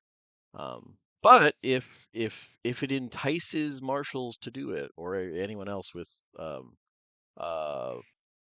martial weapons proficiency, right now you do have an artifact maneuver, 7 Soul Sever. So yeah, I could just learn Steel Wind Strike. You could, but other people cannot, Purser. I'll just make them Steel Wind Strike scrolls. This is does that work with punching people? That one doesn't, but there are multiple artifact maneuvers in the world. If you visit various giant sites, or maybe even fight ancient enemies, they might teach it to you. I'm largely going to ignore this mechanic as much as possible. I'm well aware, but nevertheless. All right, I'm gonna need to. I won't care until I actually get an option for something. I know, but it's there. I want people to know. There's also like custom runes, and there's a feat that can basically do the same thing where you can start using runes as like a normal martial, as a non-rune knight, in the same way that you can take the one feat to give you a couple maneuvers. You can take a feat to give you a couple like runic stuff. But with that in mind, Could be interesting role play when I have runes etched into my skin. it is the thing. If you want to take the feat, then that gives you the power, so to speak. Well, one of the Rune Knight abilities is that you basically get go up a size, right? No, well, no. What is that spell that you ban that gives people disadvantage? One of them does that. Is that banned as well? Silvery barbs. Yeah, it gives you silvery barbs basically as a rune. I mean, if it's not the actual spell, silvery barbs, then no, I would allow it. Like I remember seeing how grotesque it is, but on the other hand, as long as it's not the actual spell, I try to avoid banning features and stuff. Silvery barbs I just banned out of sheer like that was from the day I saw it. That was like, this is the stupidest, least balanced fucking thing I've ever seen. At least with this, you gotta soak a feat in. You don't just get it because you. Well, the other thing is that silvery barbs is a lot more spammable. Like you can just keep fucking doing it. Yeah, I was just like, who authorized this? It was like, they must have playtesters still. What the fuck is this? But anyways, it was very disruptive to the game. I just got through DMing. It's designed to be. It's cancer. Anyways, all right. It's made to say "fuck you, GM." Not Tell even us that. How you really feel, Sam? If the Tell us how you GM really feel. if the GM's feeling petty, all the enemies just start having it, and it's just the shittiest game in existence. But anyways, you already become a monster if you counterspell the player. Well, and I can't. But yeah, you guys are, you're just leaving Loremarch Palace, and you have a note giving you permission to look around the Amantu estate or like villa or what have you in Stormhaven. And I believe Indigo was taking a moment to do like a quick etching of it. Hopefully outside the view of the actual, like, hopefully not, can I borrow a quill or like can I borrow a pencil to the like the secretary or whatever, the aide, and just do definitely not in eyesight range. All right, can you jot down your movement patterns, worst fears, and any Mother's days you don't feel name. like working? Yeah. Bolt combinations, anything you could think of. Anything fun. Full name, address, social security number. But they have those here. I'm like some equivalent. Something equivalent. Like if they're issuing national IDs, probably. It's still Stormreach might not be perfect, but no, Stormreach doesn't have fucking IDs. Of course not. But anyways, yeah. So Indigo, you can just add like, etching of Amantu Yarks. Yeah, of that seal type thing. And yeah, what would you like to do? The marketplace is heading down to the stable, I guess. Okay. Yep. I'd say it's getting like late afternoon at this point. Heading well, like 3 or 4 o'clock. But yeah, heading through Respite here. 1 sec.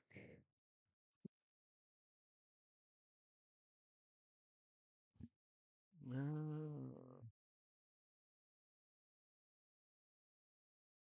I have a thing.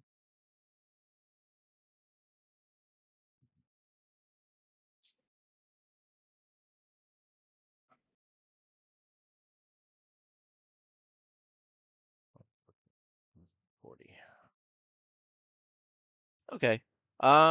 So the district of Respite is like the main entrance into the area, coming in here is you're going through a pretty sizable arch.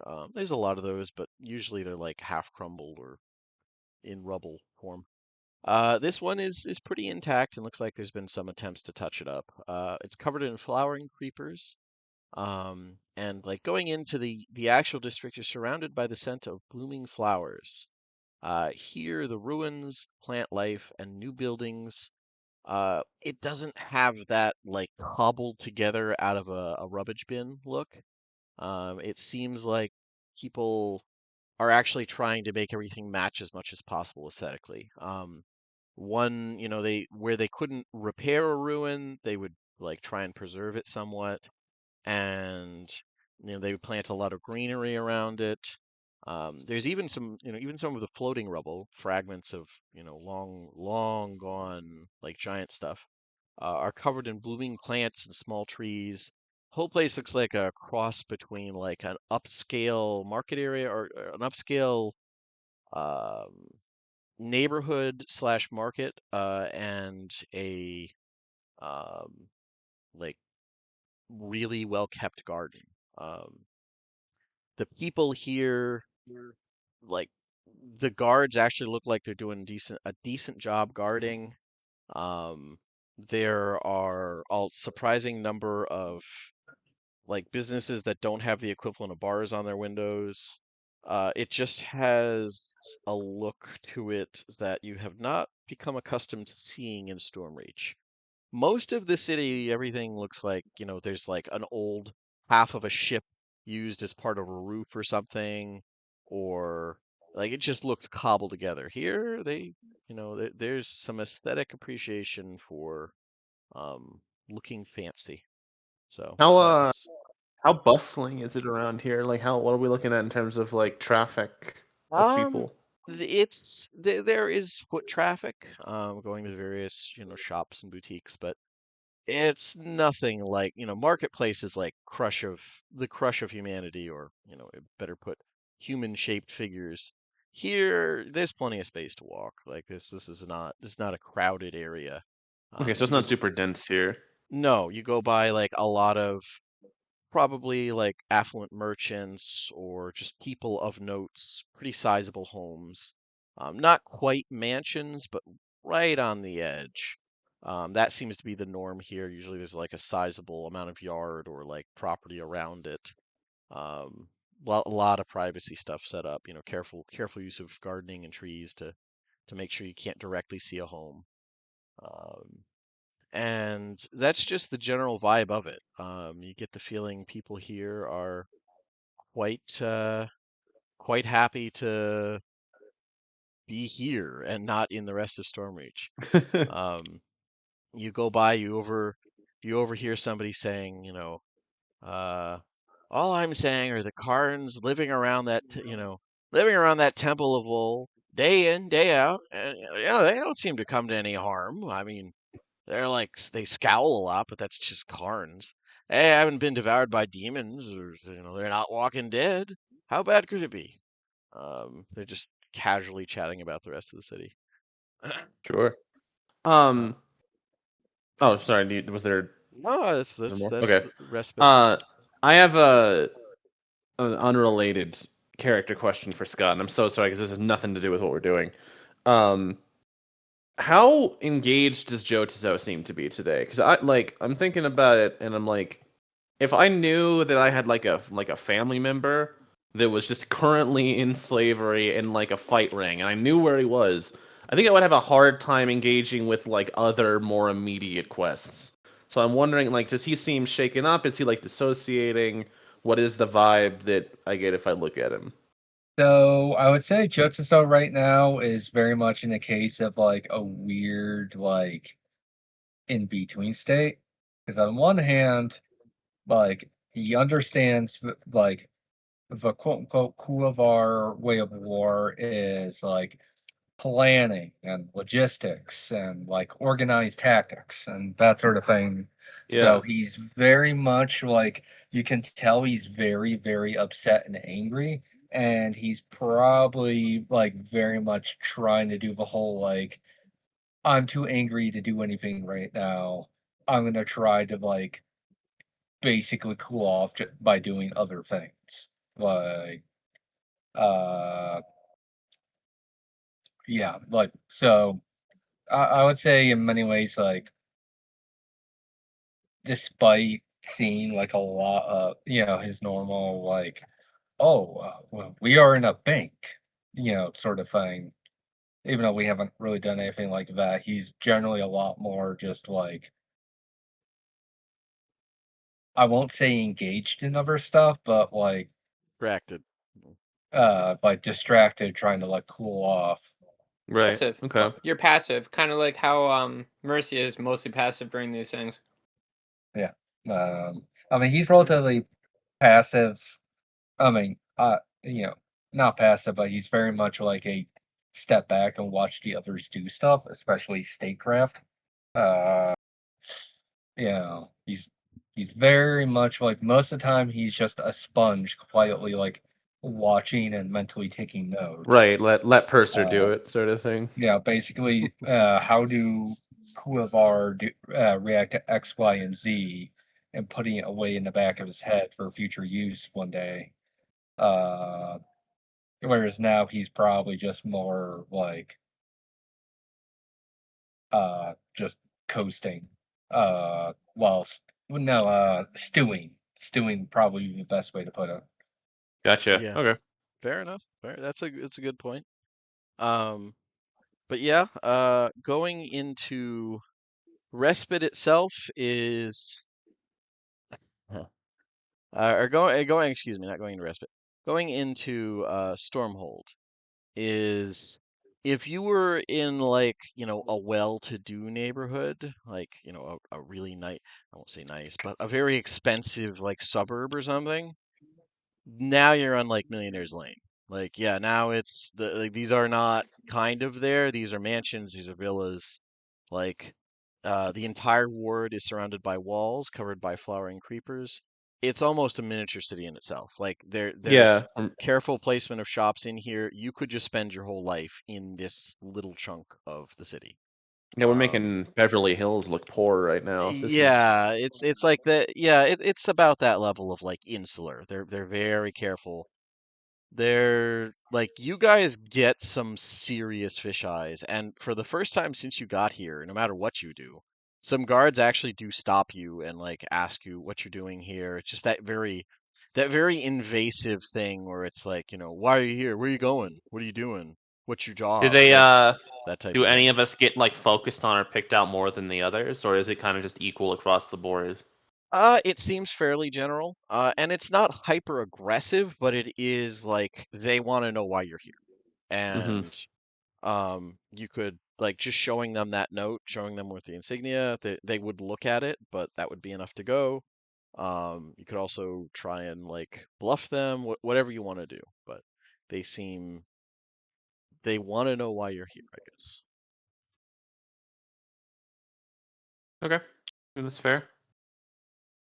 We'll present the documentation. Okay. Yeah, it's just a note, but that's enough to keep them from really hassling you. Look, we got to make it sound important, all right? Like we're doing important stuff here. Yeah. Now you care about the paperwork. If it gets the cops to leave me alone, then yes, I care about the paperwork. Yeah. But yeah, heading to the Amantu estate, you find that unlike a lot of the more modern builds where like it's carefully built up to give a very sprawling view, this one seems to have been almost deliberately built down and in. It looks like they just refurbished as much of a ruin as possible and just like expanded it. There are sorry, one second, I got a text. There are like garrison type rooms built in. It has like a weird mixture of like a mansion and almost a compound vibe to it. Like it's definitely got decent guards. You see, even among the muscle, so to speak, there's way more dwarves than there are among like the standard Stormreach guard. These seem to be more private, like directly tied to the family. And they do let you in, but you do have like an escort basically walking you around from the moment you're allowed on. Like they trust the note, but at the same time, you do not have just a blank check. You can go talk to the stable, like look around there, talk to the servants, but they're not going to be letting you anywhere too sensitive. Mm-hmm. But yeah, you're in the stables. There's a stable master in front of you, fairly young dwarven woman, and there's the servant staff. If you want to question them, you can do so. Oh, and I think you wanted to look at the carriages too. Apologies. Yeah, we wanted to take a look at the carriage that was used during the attack. Specifically, was the initial pitch, but also that the servant interrogation pitch thing has me thinking, like, was there anyone who was part, like, here that was part of the check after that happened, or like that looked at it and was trying to figure out what happened, or that was there with him, because he presumably had a lot of staff at the time. I don't think he travels alone. So like anything like that where we're like, if we ask around and say, hey, was there anyone who worked on this that we could cross-reference with? Is that like a thing that is available among staff here? I think it's a long shot, but it's worth asking. Okay. One sec.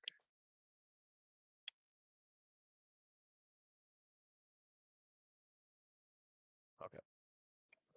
But yeah, so who wants to do what? If you guys want to do multiple, do you want to just like as a group do each thing, or do you want to split up to do things? I trust Purser more so to do actual arcane investigation of the carriage itself. So I'm gonna do something more social. Okay. I was about to say exactly the opposite, that I trust Leo to do the people person talking. Yeah. Okay. And then Indigo can fuck off and sneak around in the shadows or whatever it is he's doing. That He's probably already gone. I like to turn around. Yeah. He is Robin from Young Justice. It's a fucking problem. Oh God, I'm so glad you said that. Actually, I have a pitch for what Indigo should be doing, but we probably would have talked about this before showing up. But like you said, we're not allowed in some of the sensitive areas. Indigo doesn't care. Like he's and You're right. if you want to try and like sneak, like he could slip away before we get in. He doesn't have like the chaperone or whatever doesn't have to see him.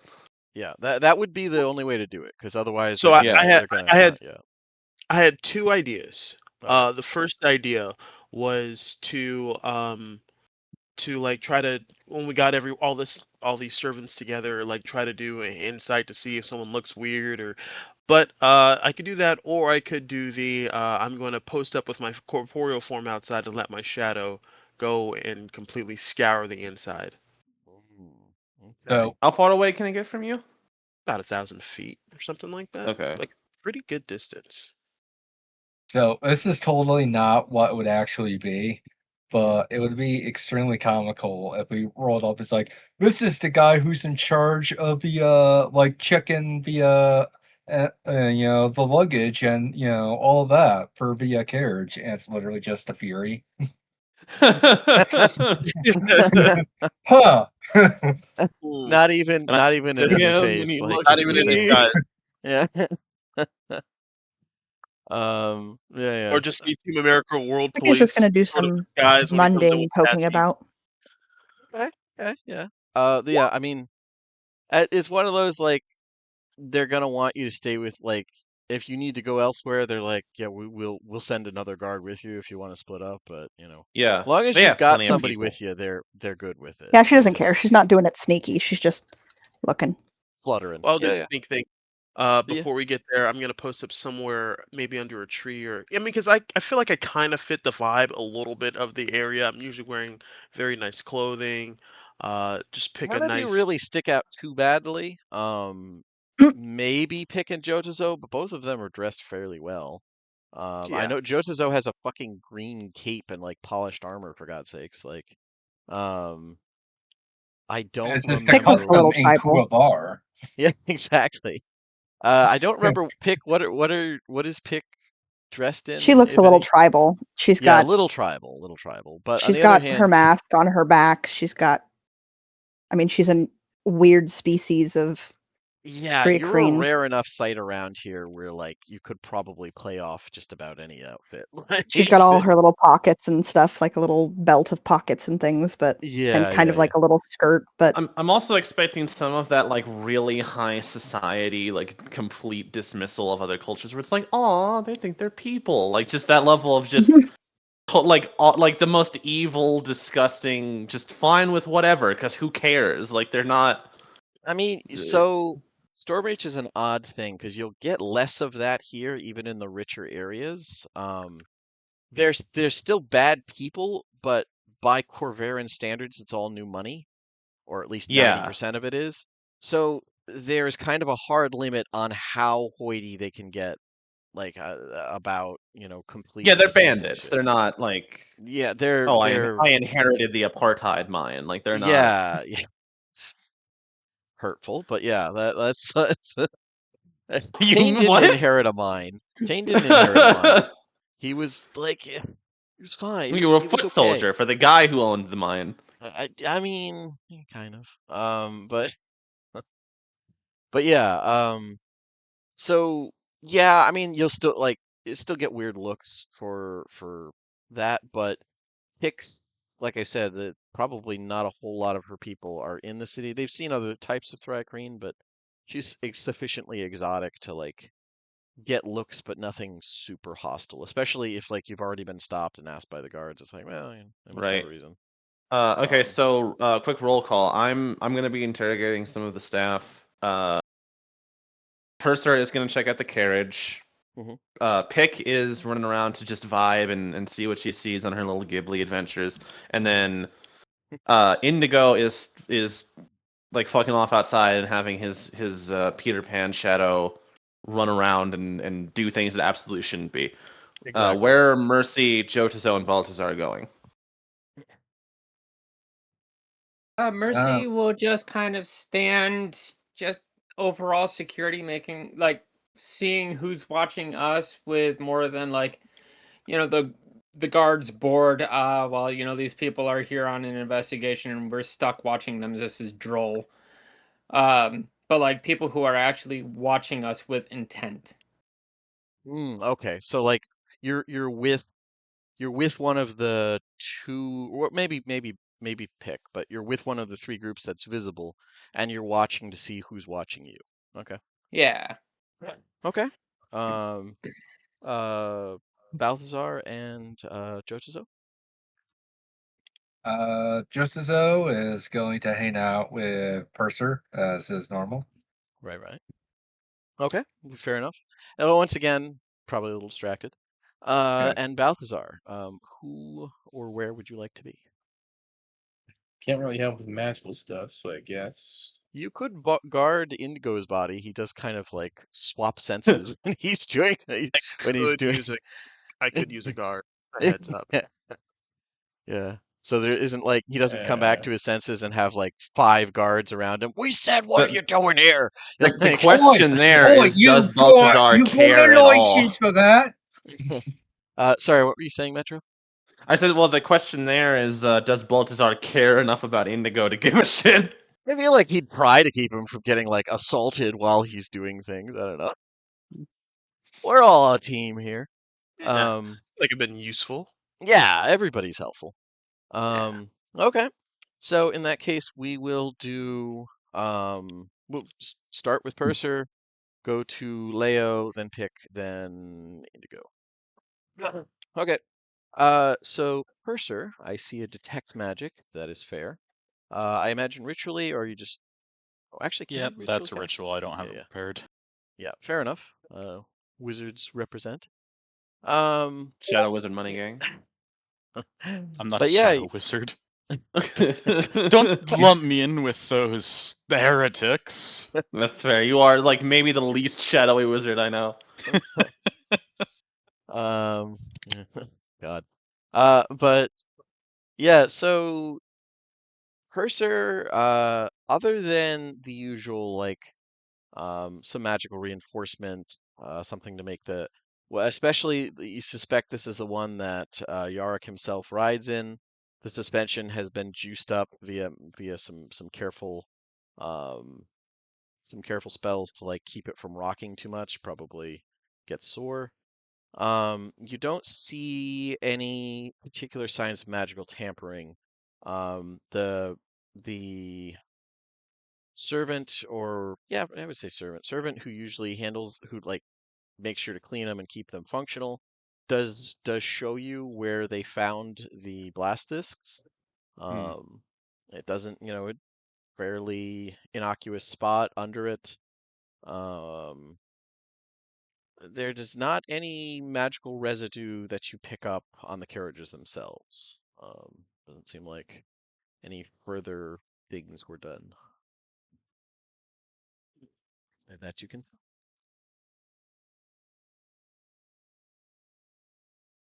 And was there anything in particular you wanted to look for, or was it just a general once over? Yeah, without any direction, I don't really have anything else to go. It had blast discs like physically on it, right? Yes, It wasn't like it was just near the explosion. Yeah, they had apparently tied it to the like all three of them were tied to the underside of the carriages. And that was the three that we inspected in Lord's March. Yep. That's what I thought. So it is suspicious that all three of them didn't work. Admittedly, two of them were trash, but presumably, if you're setting up to bomb somebody, you know when you're buying like discount like Cosnian fucking explosives, like that in itself is suspicious that they were using that. Were these the only ones found that didn't blow? Yeah, these were the only ones found in general. Like there weren't any others found.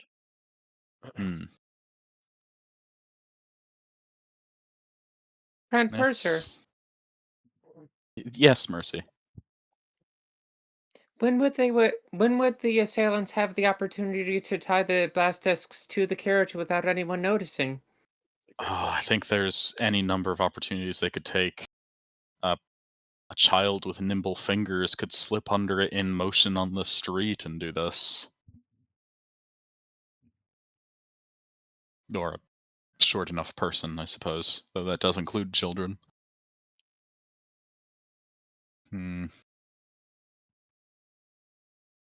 More likely that is it was a child, though. You can pay children to do anything except leave you alone.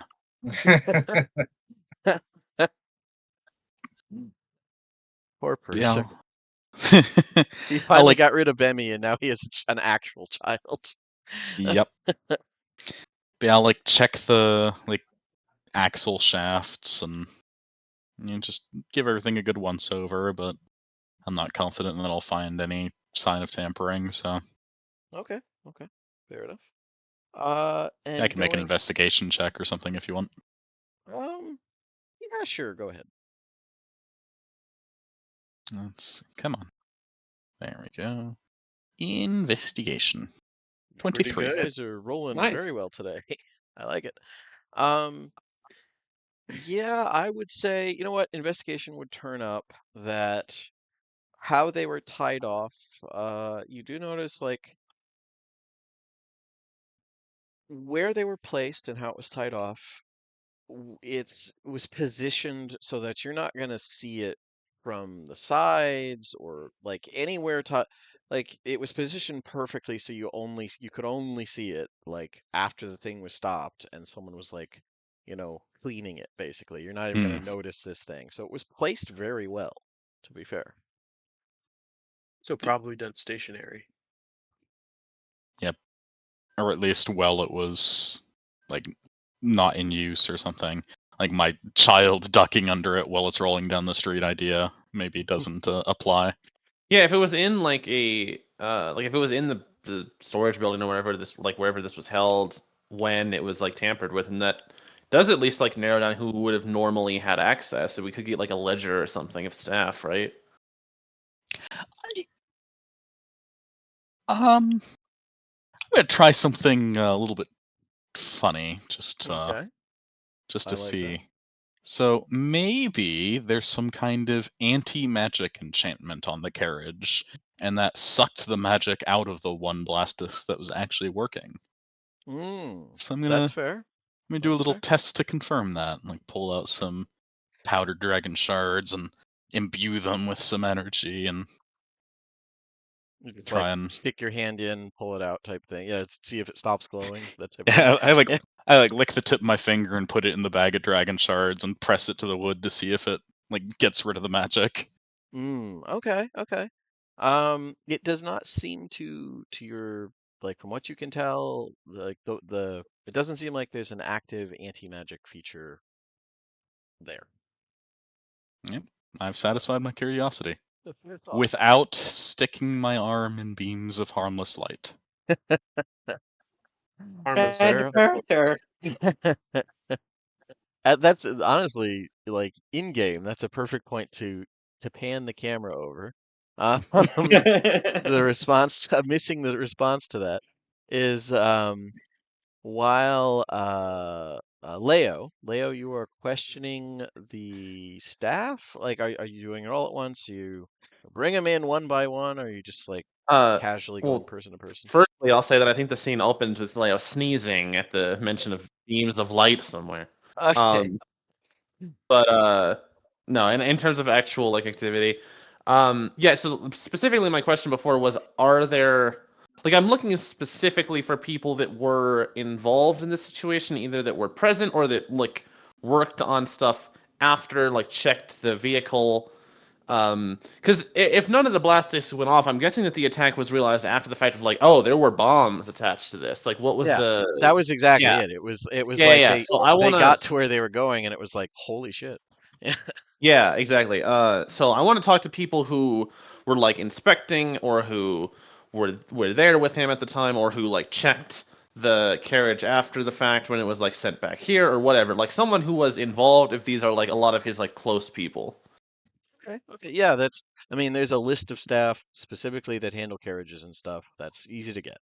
Uh-huh. Okay. So so give me a. And right now, this is just like the looking through the list of people. Or are you actually Yeah. Are you interviewing person by person? Like, how are you doing this? Yeah, I'd probably do one at a time because a group setting can lead to some pretty aggressive mob mentality. So I'll take extra time to just. Yeah. For, like, they burn someone alive because she sneezed. Yeah, that type of thing. In that case, then, give me a persuasion or intimidation, depending on how you would play it, or something else if you can think of it working better. No, persuasion's good. I like persuasion. 23. Wow, see. Yeah, exactly. Oh, yeah. Everybody's 20 pluses for the most part. Wait till we get to Indigo. I mean, Can't wait. if it's stealth, he can't roll under a certain number, so I'm not too worried. But yeah, so with a 23, you're like, you go through and interview people. There's about 5 or 6 who are directly involved with this. But you do notice as you go down the list that there is one servant who, this happened like over a month ago. She has not come into work for about a week. And she was like, she's on the list. That's the only odd thing that sticks out. Everybody else, give me a insight check to see how truthful you think everyone's being. in addition. Okay. Like, not my greatest. That's gonna be 16. That's still not bad. Like, you feel like most of them are being pretty honest. You think you have a gotcha moment once or twice, but then it's like on pressuring them with your persuasion, like it's not quite a breakdown in tears, but it is like a very guilty confession of like, well, I didn't check it before it went out. I swear I wasn't trying to. It was just like, this is routine, like that type of thing. Right? Yeah. Negligence let this happen, basically. Yeah, or like potentially. You do get that big confession, but so far it seems I'm like debating how snitchy a character Leo is, because I feel like I'm writing that down. yeah, it's I have a family, please don't, that type of thing. Yeah. But no, Leo's not a fucking cop though. He's not. But yeah, that's so far the only thing odd is, like I said, in the last week someone has not come in. Okay. That's Are the they only thing here sticking. now? Like, they haven't come in to work at all, like at the estate. Okay. Like, they're just a servant. They don't live here. They live elsewhere in the city. Gotcha. The name is Menelepa from Summerfield. Menelepa from Summerfield. All right. Yeah, I'll make note of that. And none of the people who were like super closely involved, like the most I get is basically that they weren't as thorough as they could have been, and it slipped through. Is the vibe that I'm getting. Some complacency from one or two guys. Yeah. That's about I will ask about how if these were placed like in house and everything, and it wasn't like, oh, down the road, like during a traffic stop or whatever, like they slipped it on. I will ask anyone who was like looking at it after the fact or who was involved at the time if there was any like trying to think of how to word it.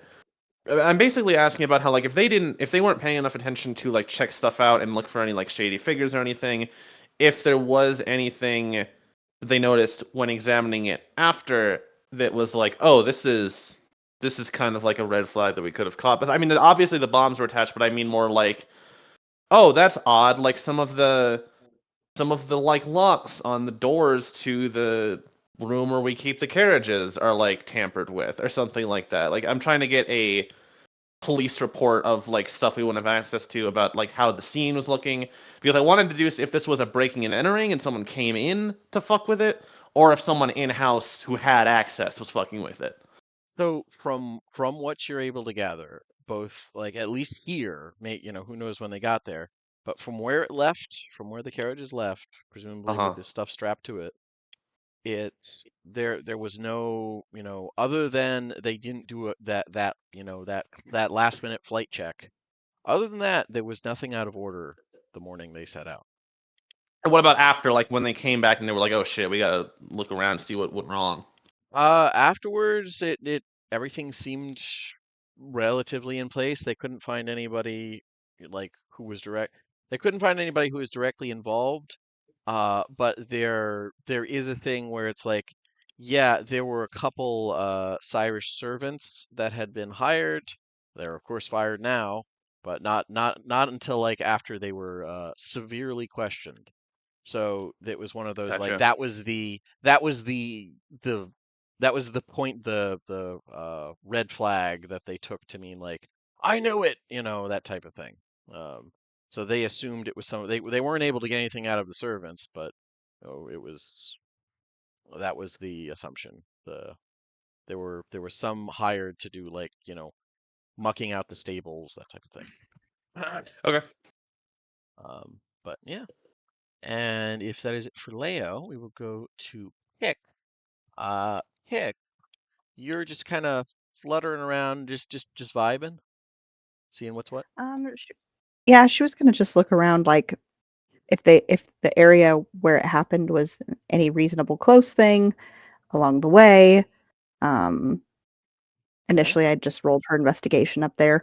She doesn't have a lot of knowledge of these kind of things, so it's fair if I find nothing, but she's just gonna flit along and see if she sees anything unusual, mundanely check out the cart, and then just kind of wander off if they're like, yeah, they went that way, and just kind of scoot along the route. It doesn't take her long, and she's quick, so she's And the other helpful element is like once you're out of the estate, they it's like, all right, fine, we don't have to watch her. Like so, fluttering Yeah. along the route that they took, basically I'll be right back type thing, and flutter off. I would say along the route you see that it goes through one of the like more blatant garden areas. And it's obviously pretty well kept. You do see like a person there, like your attention is drawn because you hear a woman scream, and then you see that she is like viciously beating at the side of a like tool shed, basically, where there's like the smushed remains of has anyone seen a bird eater spider before? Oh God. Oh, those yeah. are big. Yeah, Huge. those are apparently something like that. I would imagine is a native spider to the area because it's fucking jungle. It's a hell jungle. So like she's just beating the hell out of it and cursing about how much she hates them because they clear out like the hummingbirds and the other like the things that they deliberately try to bring in. You notice that nothing else really catches your eye along the route. And yeah. Maybe just go poke at the garden shed. Okay. If Yeah, it's like a secret poking hideout of some kind. I mean, she's just poking at the garden shed, it opens and you hear just like initially you hear, "Hey, what are you doing?" And then like another yell because there was a nest of them. It's like oh there's like 5 or 6 of these like um I would say probably close to like Pomeranian sized spiders, scuttling oh around in god. there. So like they're not like they don't like face hug or jump out or anything. They're just like they scuttle away from the light when you open it. They seem agitated, but just in a fairly, mundane predator way. I don't know if Pick has particularly negative feelings about web weaving like things. It's up to Pick on that one. As a No, flying she's moth probably person. used to she's probably used to hell jungle spiders, and it's just like a kind of the don't go hiking first and let your tall friend go. Yeah, and to Well, be fair, the biggest ones you have to deal with back on the islands are like the ones that like make beaver dens. So, yeah, Jeez. that well, was there that was probably weren't something like they ran into. horrible people hiding out in here because It would be it had awful to be to hide calm. out in here. Like it would be Yeah, awful. yeah. She's like, so probably nothing to do with a place to hide out. But yeah, the But route looks. Oh, sorry. Go ahead. I keep cutting oh, you go ahead. off. The route looks pretty Yes. open. It's like you see a few spots where somebody could theoretically like try and do the Run super out and secret stick it. cool thing, yeah, and like run out and put something on the side of it. But it's not like there's at least within this area there's not any enormous potholes where they could just like quietly wade in and then try and jump onto the underside of the carriage. Okay, she's satisfied. She might grab the corpse of the big spider to bring back and show her friends, but This is a silly question, but it seems like something that might be relevant for Pick's attention. Are there any cool snacks here that the staff have? Is there like a fridge in the rec room sort of thing? I mean, yeah, you can get standard like if you yeah, they're willing to share their lunches with you as investigators. Like they're a little bit. Let's see. Some of the like you're able to get some carne sausage and mash with a slice of aged cheese. Like that was somebody's lunch if you want to like abscond with it. Um, they don't really have a lot of communal snacks. Like they're not getting paid terribly for the city, but yeah, like the servants are not there's not any communal snacks that they're putting out for the most part. Everybody's kind of living the dream of not being homeless is their goal here. So she's not going to steal from them or anything unless anybody's got some like nectar in a can or something. Any fancy fruit juices. sadly, no nectar in a can yet. At least not here. All right.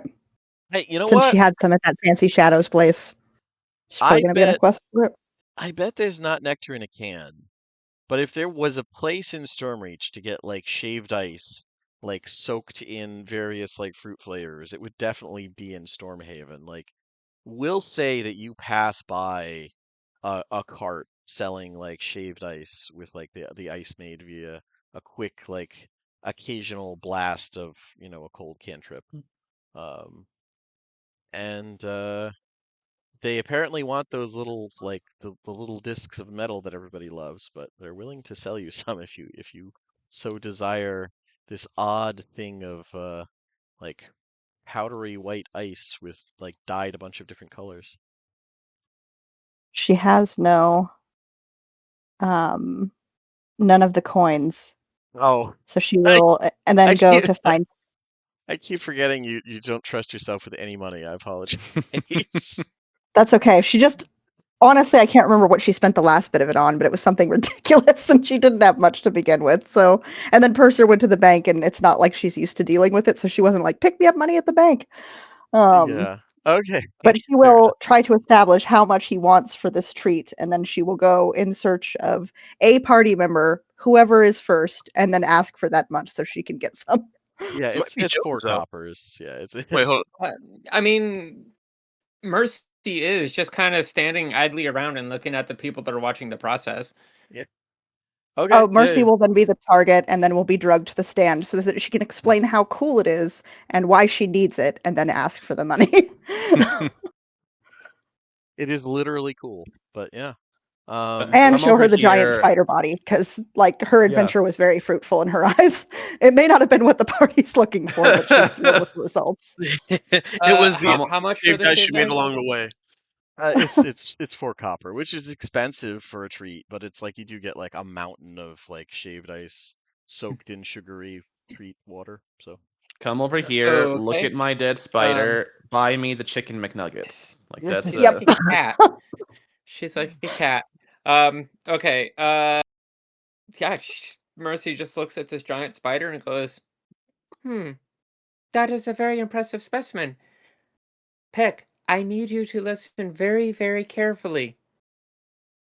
She looks very serious. So Mercy only has 1 copper piece, so she's going to hand you a silver piece.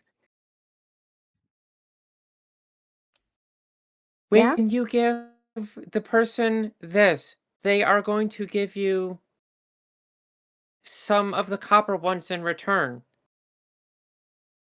Do not leave without them giving you the copper pieces in return. Okay. Thank you. She just and sorry, how much was the shaved ice? 5? 5, 6? Yeah, it's 5 copper. Yeah. Okay. Yeah. They are going to give you 5 of the copper round things back. 5. Not 3, not 2. 5. And Purser like calls out from under the carriage. She knows how numbers work, Mercy. She does not know how money works, friend Purser. Yeah. Yeah. They how much do I owe you? About a few. Yeah. They give you sufficient change. It's like they're a little. You know what? I would say they're not even bemused. It's like they have enough weird outliers of like, yeah, that one merchant, like, thank God for him. He's putting my kids through college, but like this is half of what he eats apparently, that type of thing. So a moth person being very excited is not the strangest thing they have to deal with. Not here. But yeah, you get a delicious treat, and take her spider corpse back with her, and yeah, it's a good treat in the other hand, and then she'll sit back and think. If they give the proper change, she will return the change to Mercy. They do give proper change. Yep. Perfect. And then She's thinking the sexoskeleton is going to be really cool. In her nest It back is in very Mishann. colorful. So. It is very red and purple are the predominant colors. Yep. Ooh, yeah, very good. You can So she'll imagine keep that. making a suit and having someone wear those colors. It'd be awesome. But I mean, it's going to be a great decoration. She's very thrilled about this. But she's going to eat her treat and watch Purser continue his work. What I love is she will thank Mercy profusely. Yeah. What I love is how often that particular Hellboy thing is brought up. It's too perfect. It's a great image. Can't win. But she's like, all right, well, I found nothing except a shed full of spiders. And they look like this and hold up the spider. But I also found this treat. And I'm going to be fair, you do need 2 little hands to hold the cone. It's a lot of shaved ice for that. Yep. The 2 little hands on the bottom can drag the spider corpse. The 2 top ones are for business snacks. Fair enough. But yeah, with that, we go to Indigo and Balthazar. And Indigo, the first one is your standard stealth check for your shadow. Absolutely. To start it off, I need to be at my best. So the shadows spread out from out of my arm. That's fair. And yeah. And then we'll roll it. So 39. 39. Yeah. You immediately spot it. No. With the 39, that is probably enough stealth. Your shadow pretty much just flickers from other shadows to other shadows. Just like straight up does the Peter Pan thing, we'll say. And is able to get inside the manor. Now, either an investigation or something else if you can if it can make sense. But investigation would be the standard here to look around. Is there any argument for perception? I would say if you're willing to take the time, perception would be a lot less focused, where it's like your shadow is just moving from spot to spot, not actively looking, just kind of listening, trying to experience like the flow of the household. Yeah. That's how perception would work there, I feel like. All right, for sure. Because I don't really have anything specific other than maybe looking for. The only idea I had was looking for an armory, anything like that, to see if he has blasting discs, and if they do, if they match the ones that found. So yeah, fair enough.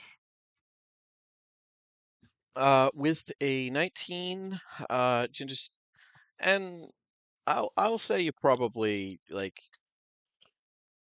take this takes as long as everybody else doing all their stuff. Flitting around the manor, you are not spotted, and you pick up that things are, I won't say frustrated, but there does seem to be a tension in the air. You're not sure if it's related to this or not, but there are you walk by a couple murmured conversations, things whispered, dwarves who share some family resemblance to the old man you met, like rubbing their faces and talking about the Omerans are like being oddly aggressive about pushing and things. This could honestly just be a trend. You get the feeling that it might be. And as far as checking through the armory, you do see that they have some blast discs stacked up, but it's once again, it seems like when it's this guy's private staff, these are not 10-year-old army surplus. These look like they were churned out a month ago, and they're very clearly checking them. The other thing is they're Carnathy, it's a different make. So. I would like to get out of here with 1 or 2 of those blast discs. Okay.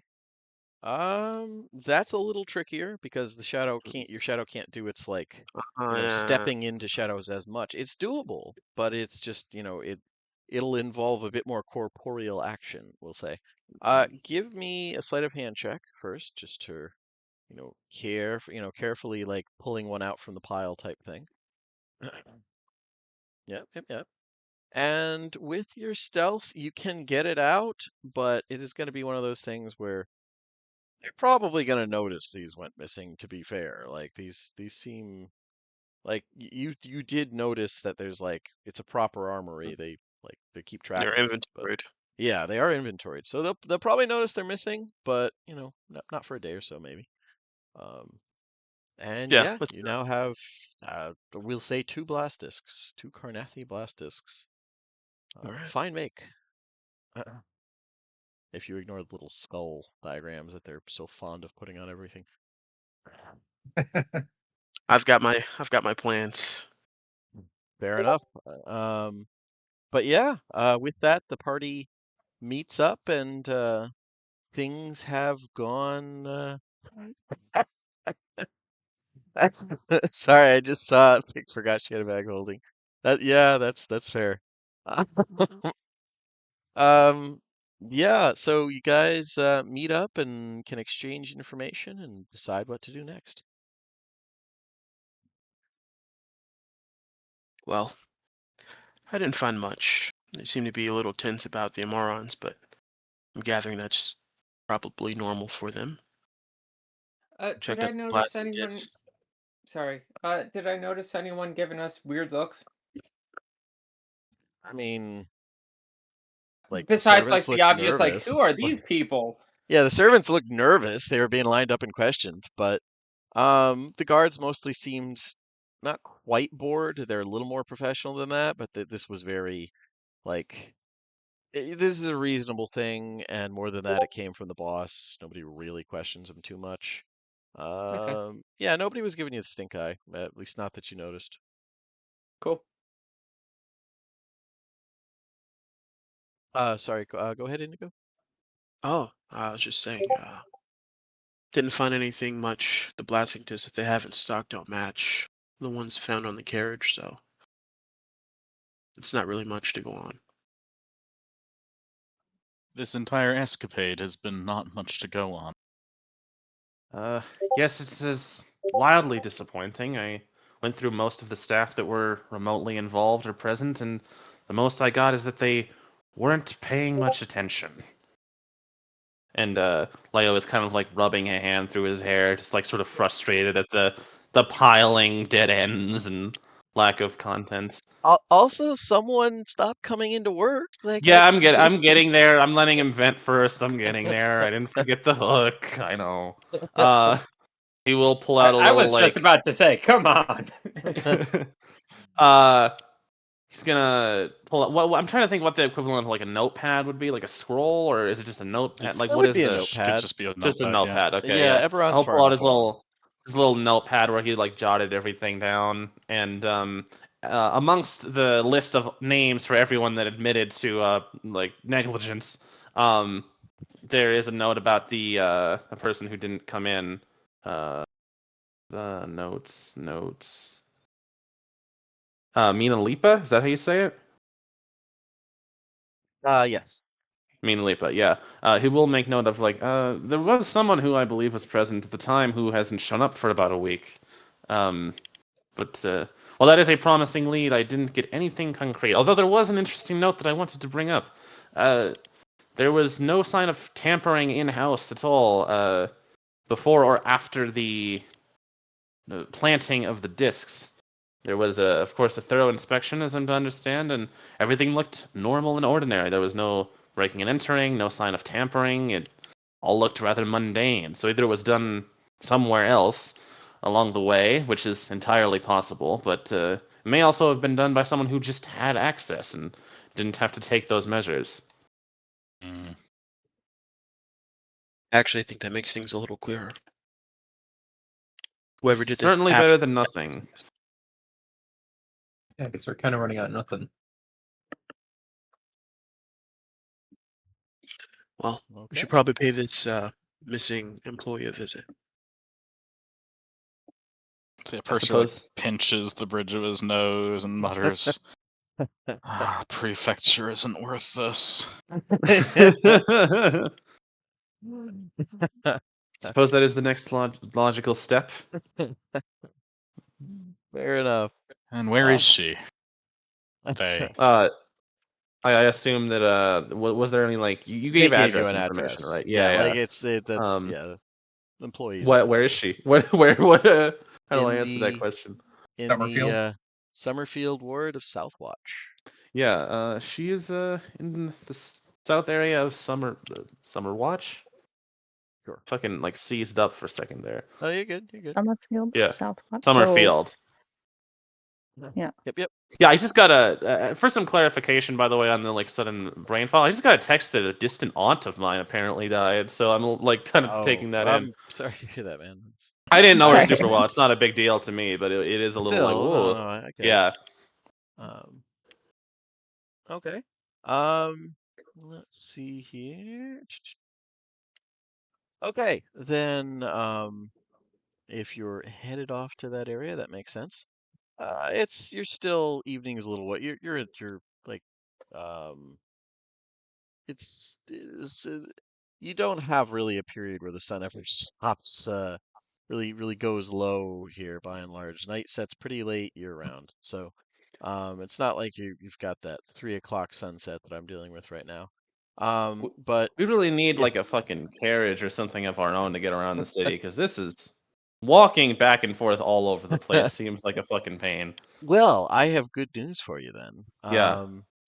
As as you're going by, they're not like ever present, but there are some canals throughout Stormreach, and a shifter woman calls out as you go by, just calling out to everybody.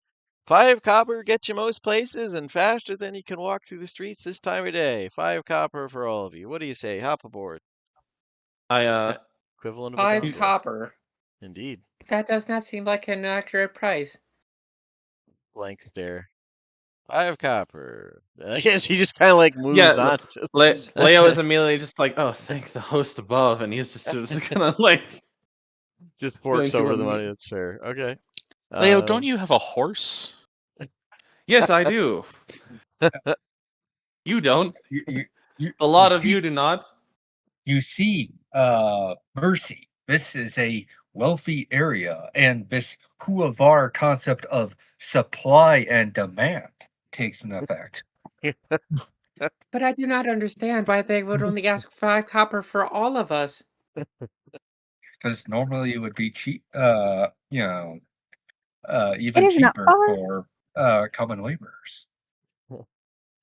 But yeah, you get the feel like this is the equivalent. And that's not quite the bus, but this is like you see a lot of these are like carrying like 7 or 8 people, like or like that's not a lot for you guys, carrying like 10 or 12 people. Like her being able to do this with a relatively small group is like more money type thing. But I'll count out the money and hand it over. Okay. Yeah, then you get a more relaxing trip. You can sit, you can see and smell the canals. They're not too bad this time of day. And sit and listen as Mercy and Jotazo discuss the merits of but I do not understand why she would not charge 5 copper per person. We are obviously adventurers and she could probably sell it that way. Leo is going to, as they argue, request that Indigo like play some background music over the bickering. Yeah. To like get the radio going, basically. Yeah. Absolutely. I just I whip out the whole saxophone and play some very smooth tunes. Cool. Very jazz. Okay. Yeah, it seems appreciated by the gondola operator as well, frankly. But yeah, you guys get to Southwatch, and especially like everything's gonna look a little bit run down compared to where you were. Actually, I had a question for Jotazo while we're on the way. Sure. Yeah. I want to say to him, So I heard about your brother. Do you mean to set him free? Yes. But, you know, it is common for my people to rush in. And, yeah, it has caused us much grief in the past. So, as much as my blood boils to set him free, I think I should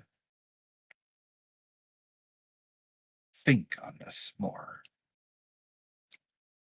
Well, the way I see it, there's 3 ways. You could kill his captor and hope that the Red Ring sets him free, and that they do not subscribe him to some other master. You could break him out by force or subterfuge, or you could try to buy him from the Red Ring. Just a few thoughts.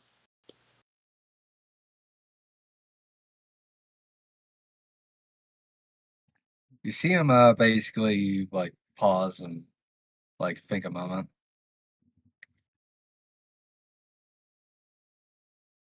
To me, the ideal would be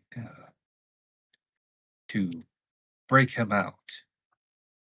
Because as much as I would like to pay vengeance on his enslaver, knowing uh, the ways of the Kuavar, there's likely paperwork that would prevent him becoming easily freed. Uh, Wills and joint ownership and things like this. On the other hand, it would be if we did free him, by having him escape, it would have to be just as relieving. Otherwise, the authorities might find him on the ship before, if we still have unfinished business. On the other hand, paying gold for his release just so another can be bought and enslaved with said gold leaves a bad taste in my mouth. This conversation is happening like in the group, right? So we all hear this, or did you like pull him aside at some point? It's not a huge. I think they said on the way. It's not huge. I imagine anybody could probably hear it. It's probably between one of the 2 songs that I'm playing. Okay. Yeah, Leo would kind of interject at some point and say, on the note of freeing him, and as we're making our exit, I don't know how practical that will be. We are likely to be in town for quite a while, and he is on a rather ticking clock. So, if we do end up breaking him free, which I am perfectly willing to do, should it come to that, I think we'll just have to make the efforts of trying to protect him to the best of our ability until we leave. We won't be able to make a run for it in any sense as it happens. I think this event that Pick was talking about is the best opening we're going to have. It's also when he's going to be in the most danger. So, right, and like as an allocated thing, that's 2 weeks from now. And I don't see us being gone in 2 weeks of in-game time. That's fair. But yeah, your gondola drops you off at the gate to Southwatch, and you like after paying her, she grabs some people from there and goes elsewhere.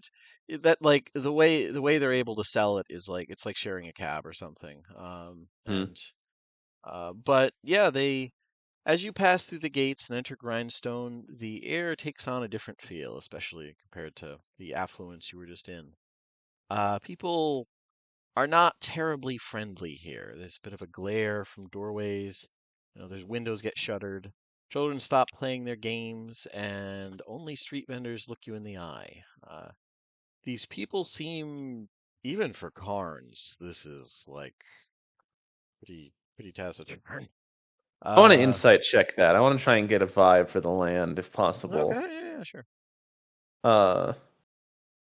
Especially because like the kids know about it, which means that their parents told them something. That's not a natural response. That's fair. I'm So not, go ahead and do an insight. but I will. That's a 17.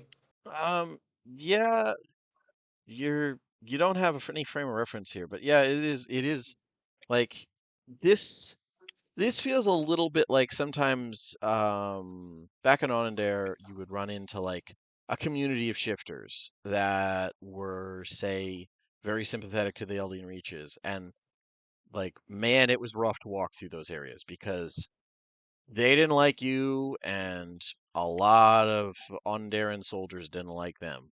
So it was always very tense to go through those areas. Okay.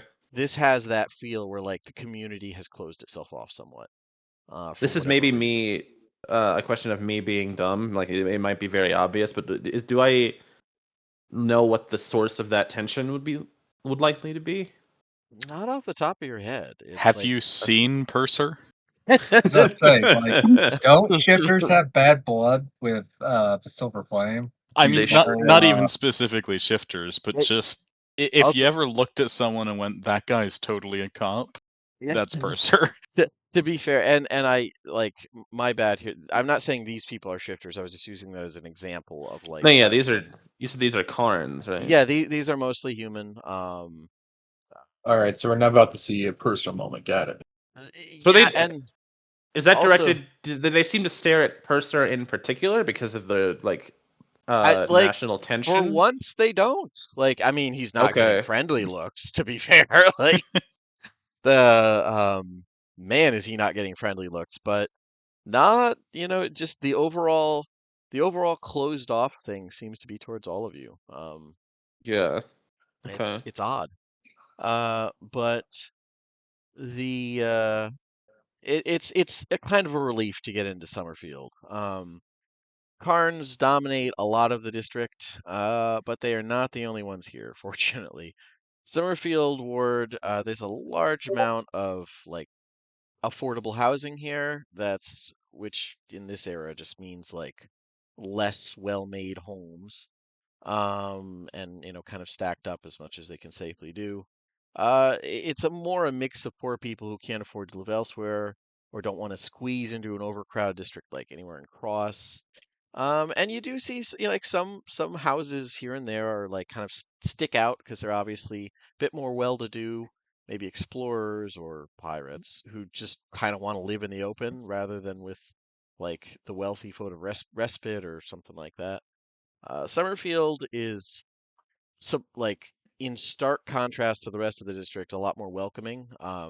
Nobody's hanging national flags. This feels like a leave your nationalistic bullshit at the door is the overall feel. But it's a poor district, but they don't seem to be embracing a lot of the craziness that you see elsewhere in the city, where it's, oh, we're on Darren. Like, oh, you're on a different continent, but we're on Darren. Okay, like that type of thing, or whatever. Fill in any nationality.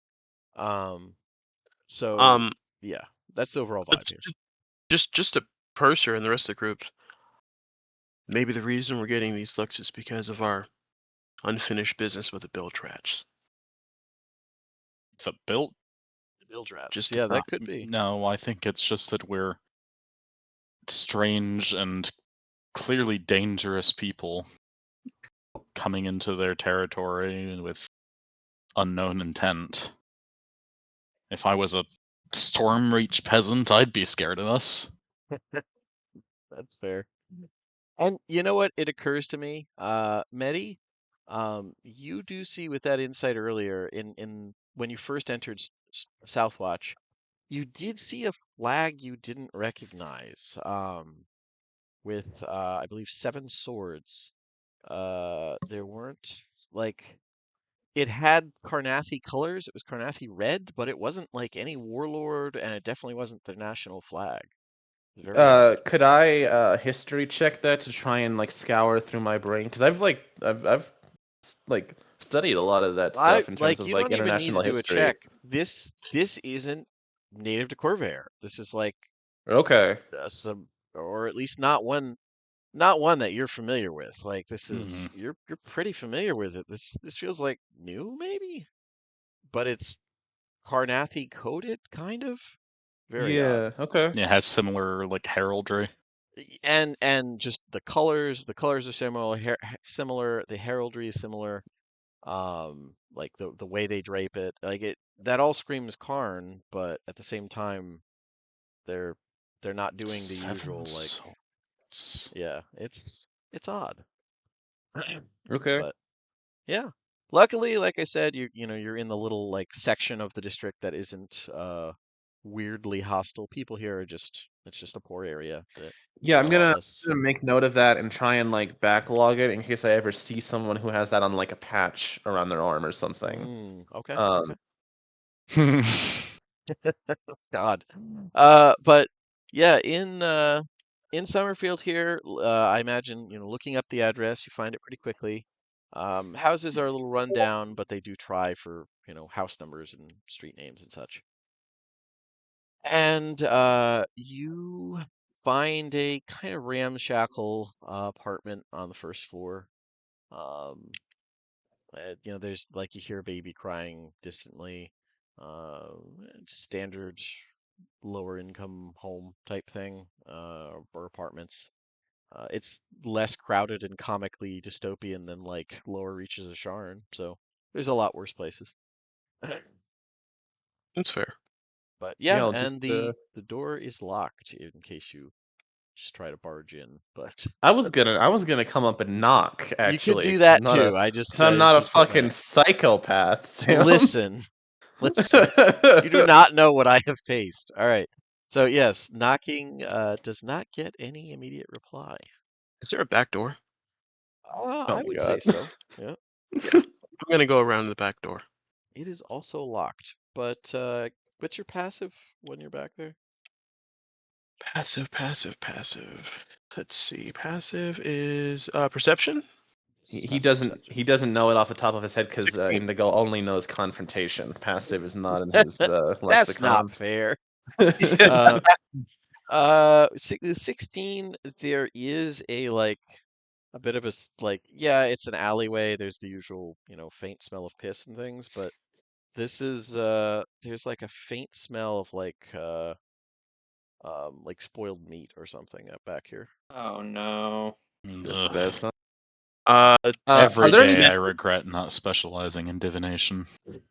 message like someone's dead inside. Or What? Who you?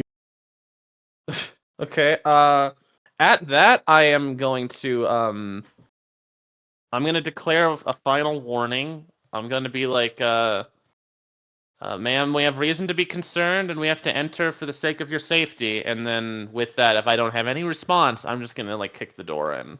Okay. I was gonna say, oh, nice. You don't even. I was gonna say, usually Mercy is the like hammer, but you don't need her. I keep forgetting you're pretty good I at was gonna say I could have done it. Leo. I mean, What? yeah, the door flies open, and there is an immediate heavy buzzing, and a strong cloying smell washes over all of you. Uh, I know that smell. Do you have to speak with Pick? Do you Yes, have you to do, speak with Pick. Dead?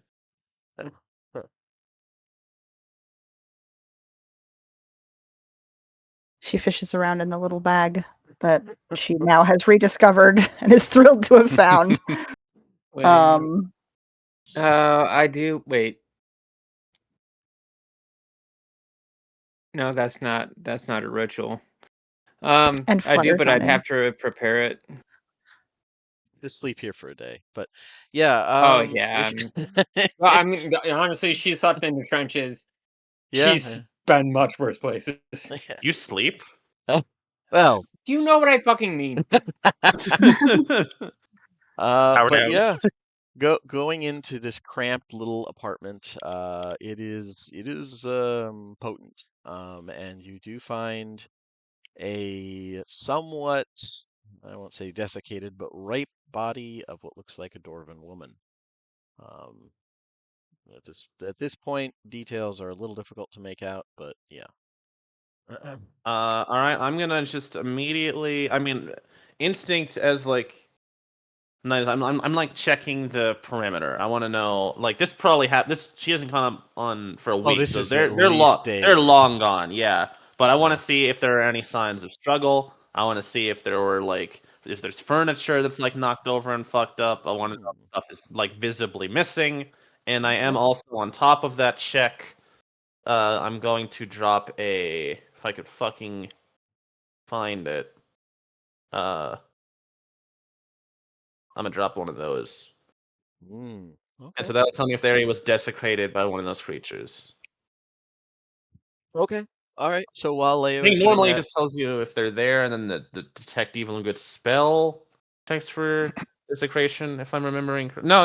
Yeah, it does. If that area has been desecrated. Okay, yeah. So while Leo is doing that, yeah, what's everybody else doing? So yeah, Purser's like holding a cloth over his mouth, and he starts checking her body. This is her bread and butter. This is her. Yeah. This is her jam. She's going to take out her little goggles that see through corpses. And she's going to pop those on, and she's going to start investigating the body. And she does have speak with dead. But first, she's going to check the body over. Okay. Because it could answer a couple questions that we don't have to ask. Mm-hmm. That's fair. That's fair. So yeah, Pick and Purser just like quietly get to work. Fair enough. Dead body buddies. I teleport through the door. It's locked, right? It is locked, indeed. Yeah. Yeah, I teleport through, like switching my place with my shadow after making it appear in there. And I say both doors were locked. Indeed. Spooky. It is not pleasant to be in here. I would say especially for all those you with like nice clothes, you're gonna want to probably hit up a cleansing stone. But yeah. So we have person like checking the perimeter, seeing for obvious signs of beanie or struggle. We have people investigating the body. Any other things anybody else wants to do? And I know we're a little over time. Before we do, I'll give you guys a week to plan out speak with dead type stuff, but I just want to have an idea what people are doing. Bonus points if we have an entire week and we still pull off the first speak with dead from Honor Amongst Thieves. Don't jinx it. But yeah, yeah. So in that case, Leo, investigation or something else if you can reason it out. No, yeah, investigation would be applicable. I'm not good at it, but I am gonna check. No one is. Purser is, right? Yeah, I am. Yeah. Oh, are you? Okay. I'm fucking hell. Can't even inspiration my way out of that. Yeah. Yeah, it's so the place is trashed. Like, we'll get out of basic stuff here. The place is trashed. The house has been tossed, or apartment's been tossed. And Inspiration 20. Inspiration 20. Yeah, I figured. And Mercy, you look around and you're able to find like places is like half destroyed, but half like messed up, but you can still make out enough of it. A lot of it soaked into the blood, or the blood soaked into it. You find a banking receipt that shows that a payment of about 1,500 gold had been put into Miss Liepa's account about like a month and a half ago, maybe 2 months ago. It's a lot of money for her. Friend Purser. It's a lot, yeah. Mm-hmm. I believe that I may have found a clue. We try not to gag through the cloth. Pick's little hands I was like, Pick's got that nifty level of enthusiasm. This is her jam. It's gonna be tough. He's been rotten for a bit. Can I do like a medicine check to see how he got killed? That's what Pick and I are working on. I mean, you can join in and help. Yeah. Just for shits and giggles, could I use nature to look at use my nature a check to basically see, like, based off of the animals present or the flies and shit, about how long they've been dead. Okay. And And I'll use inspiration for the 27. I gotcha. And Indigo, I saw an 18. Was yours thinking along Yeah, similar lines? Okay. I was more or less looking for like exit paths, forced entry, signs Okay. of where they escaped at, Mm, door jams, doorknobs, okay. anything. Okay. Bloody footprints. Yeah, I would say with survival, that's gonna fit more along the lines of what Jotazo is doing, but Okay. um, either way, an 18 and a 25, and I see I see some medicine checks here. Uh, Mercy, are you joining in? You already did your investigation thing. I would say the medicine element Okay. would be, um, if I can get investigation with advantage from Pick, or I'm sorry, a medicine with advantage from Pick, and a medicine check from Purser as well, and we'll just it's kind of a group check thing. So much Well, my better What is plan the was just to nature assist check Pick, for? so if she already has Oh, advantage, that's not necessary. oh, okay, sure. Yeah, Pick, then you just roll. Man, I thought it was investigation instead. Medicine. Okay. Well, are you looking? You know what? I would allow investigation because you've got the goggles. Like that's the thing. You've got Yeah, she's looking you at the do this inbits. And mortician crap a lot. Like it's yeah. thank God I have advantage. Yeah. All right. So 27 and 23 is not bad. And yeah. So you guys are able to figure out that the body is probably about 5 days old. Just like that comes from Indigo and Jotazo, like just based on animals, even with a fair amount gone, that's very obvious. Pick, Balthazar, and Purser, you guys are able to summarize that she was killed via a stab from the back, through her chest, neck, and head all at once. That's a mighty stab. Like not one way through, like Oh, three okay. different stab, Okay. three different that makes more stab sense. points. It's like three 3 different times. stab points simultaneously. It's like, what kind of cloud ass sword? Yeah, stab? yeah, that would just be she was bisected. No. This is like somebody used 3 stilettos at once, all perfectly placed. That's fair. And yeah, Plot the twist. It was me. I would be impressed. Don't joke about that, Indigo. You're on thin ice. That's fair. But yeah, let's see. You've got that clue.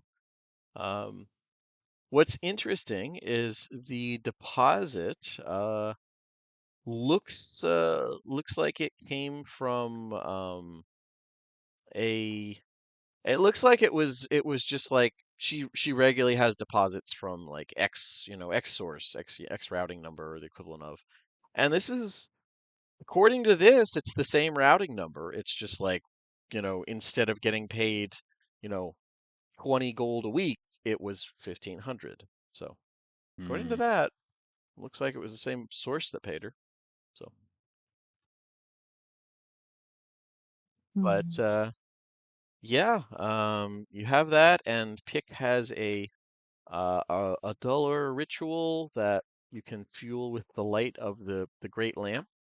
And I really do love like the cargo cult interpretation of Purser's fate.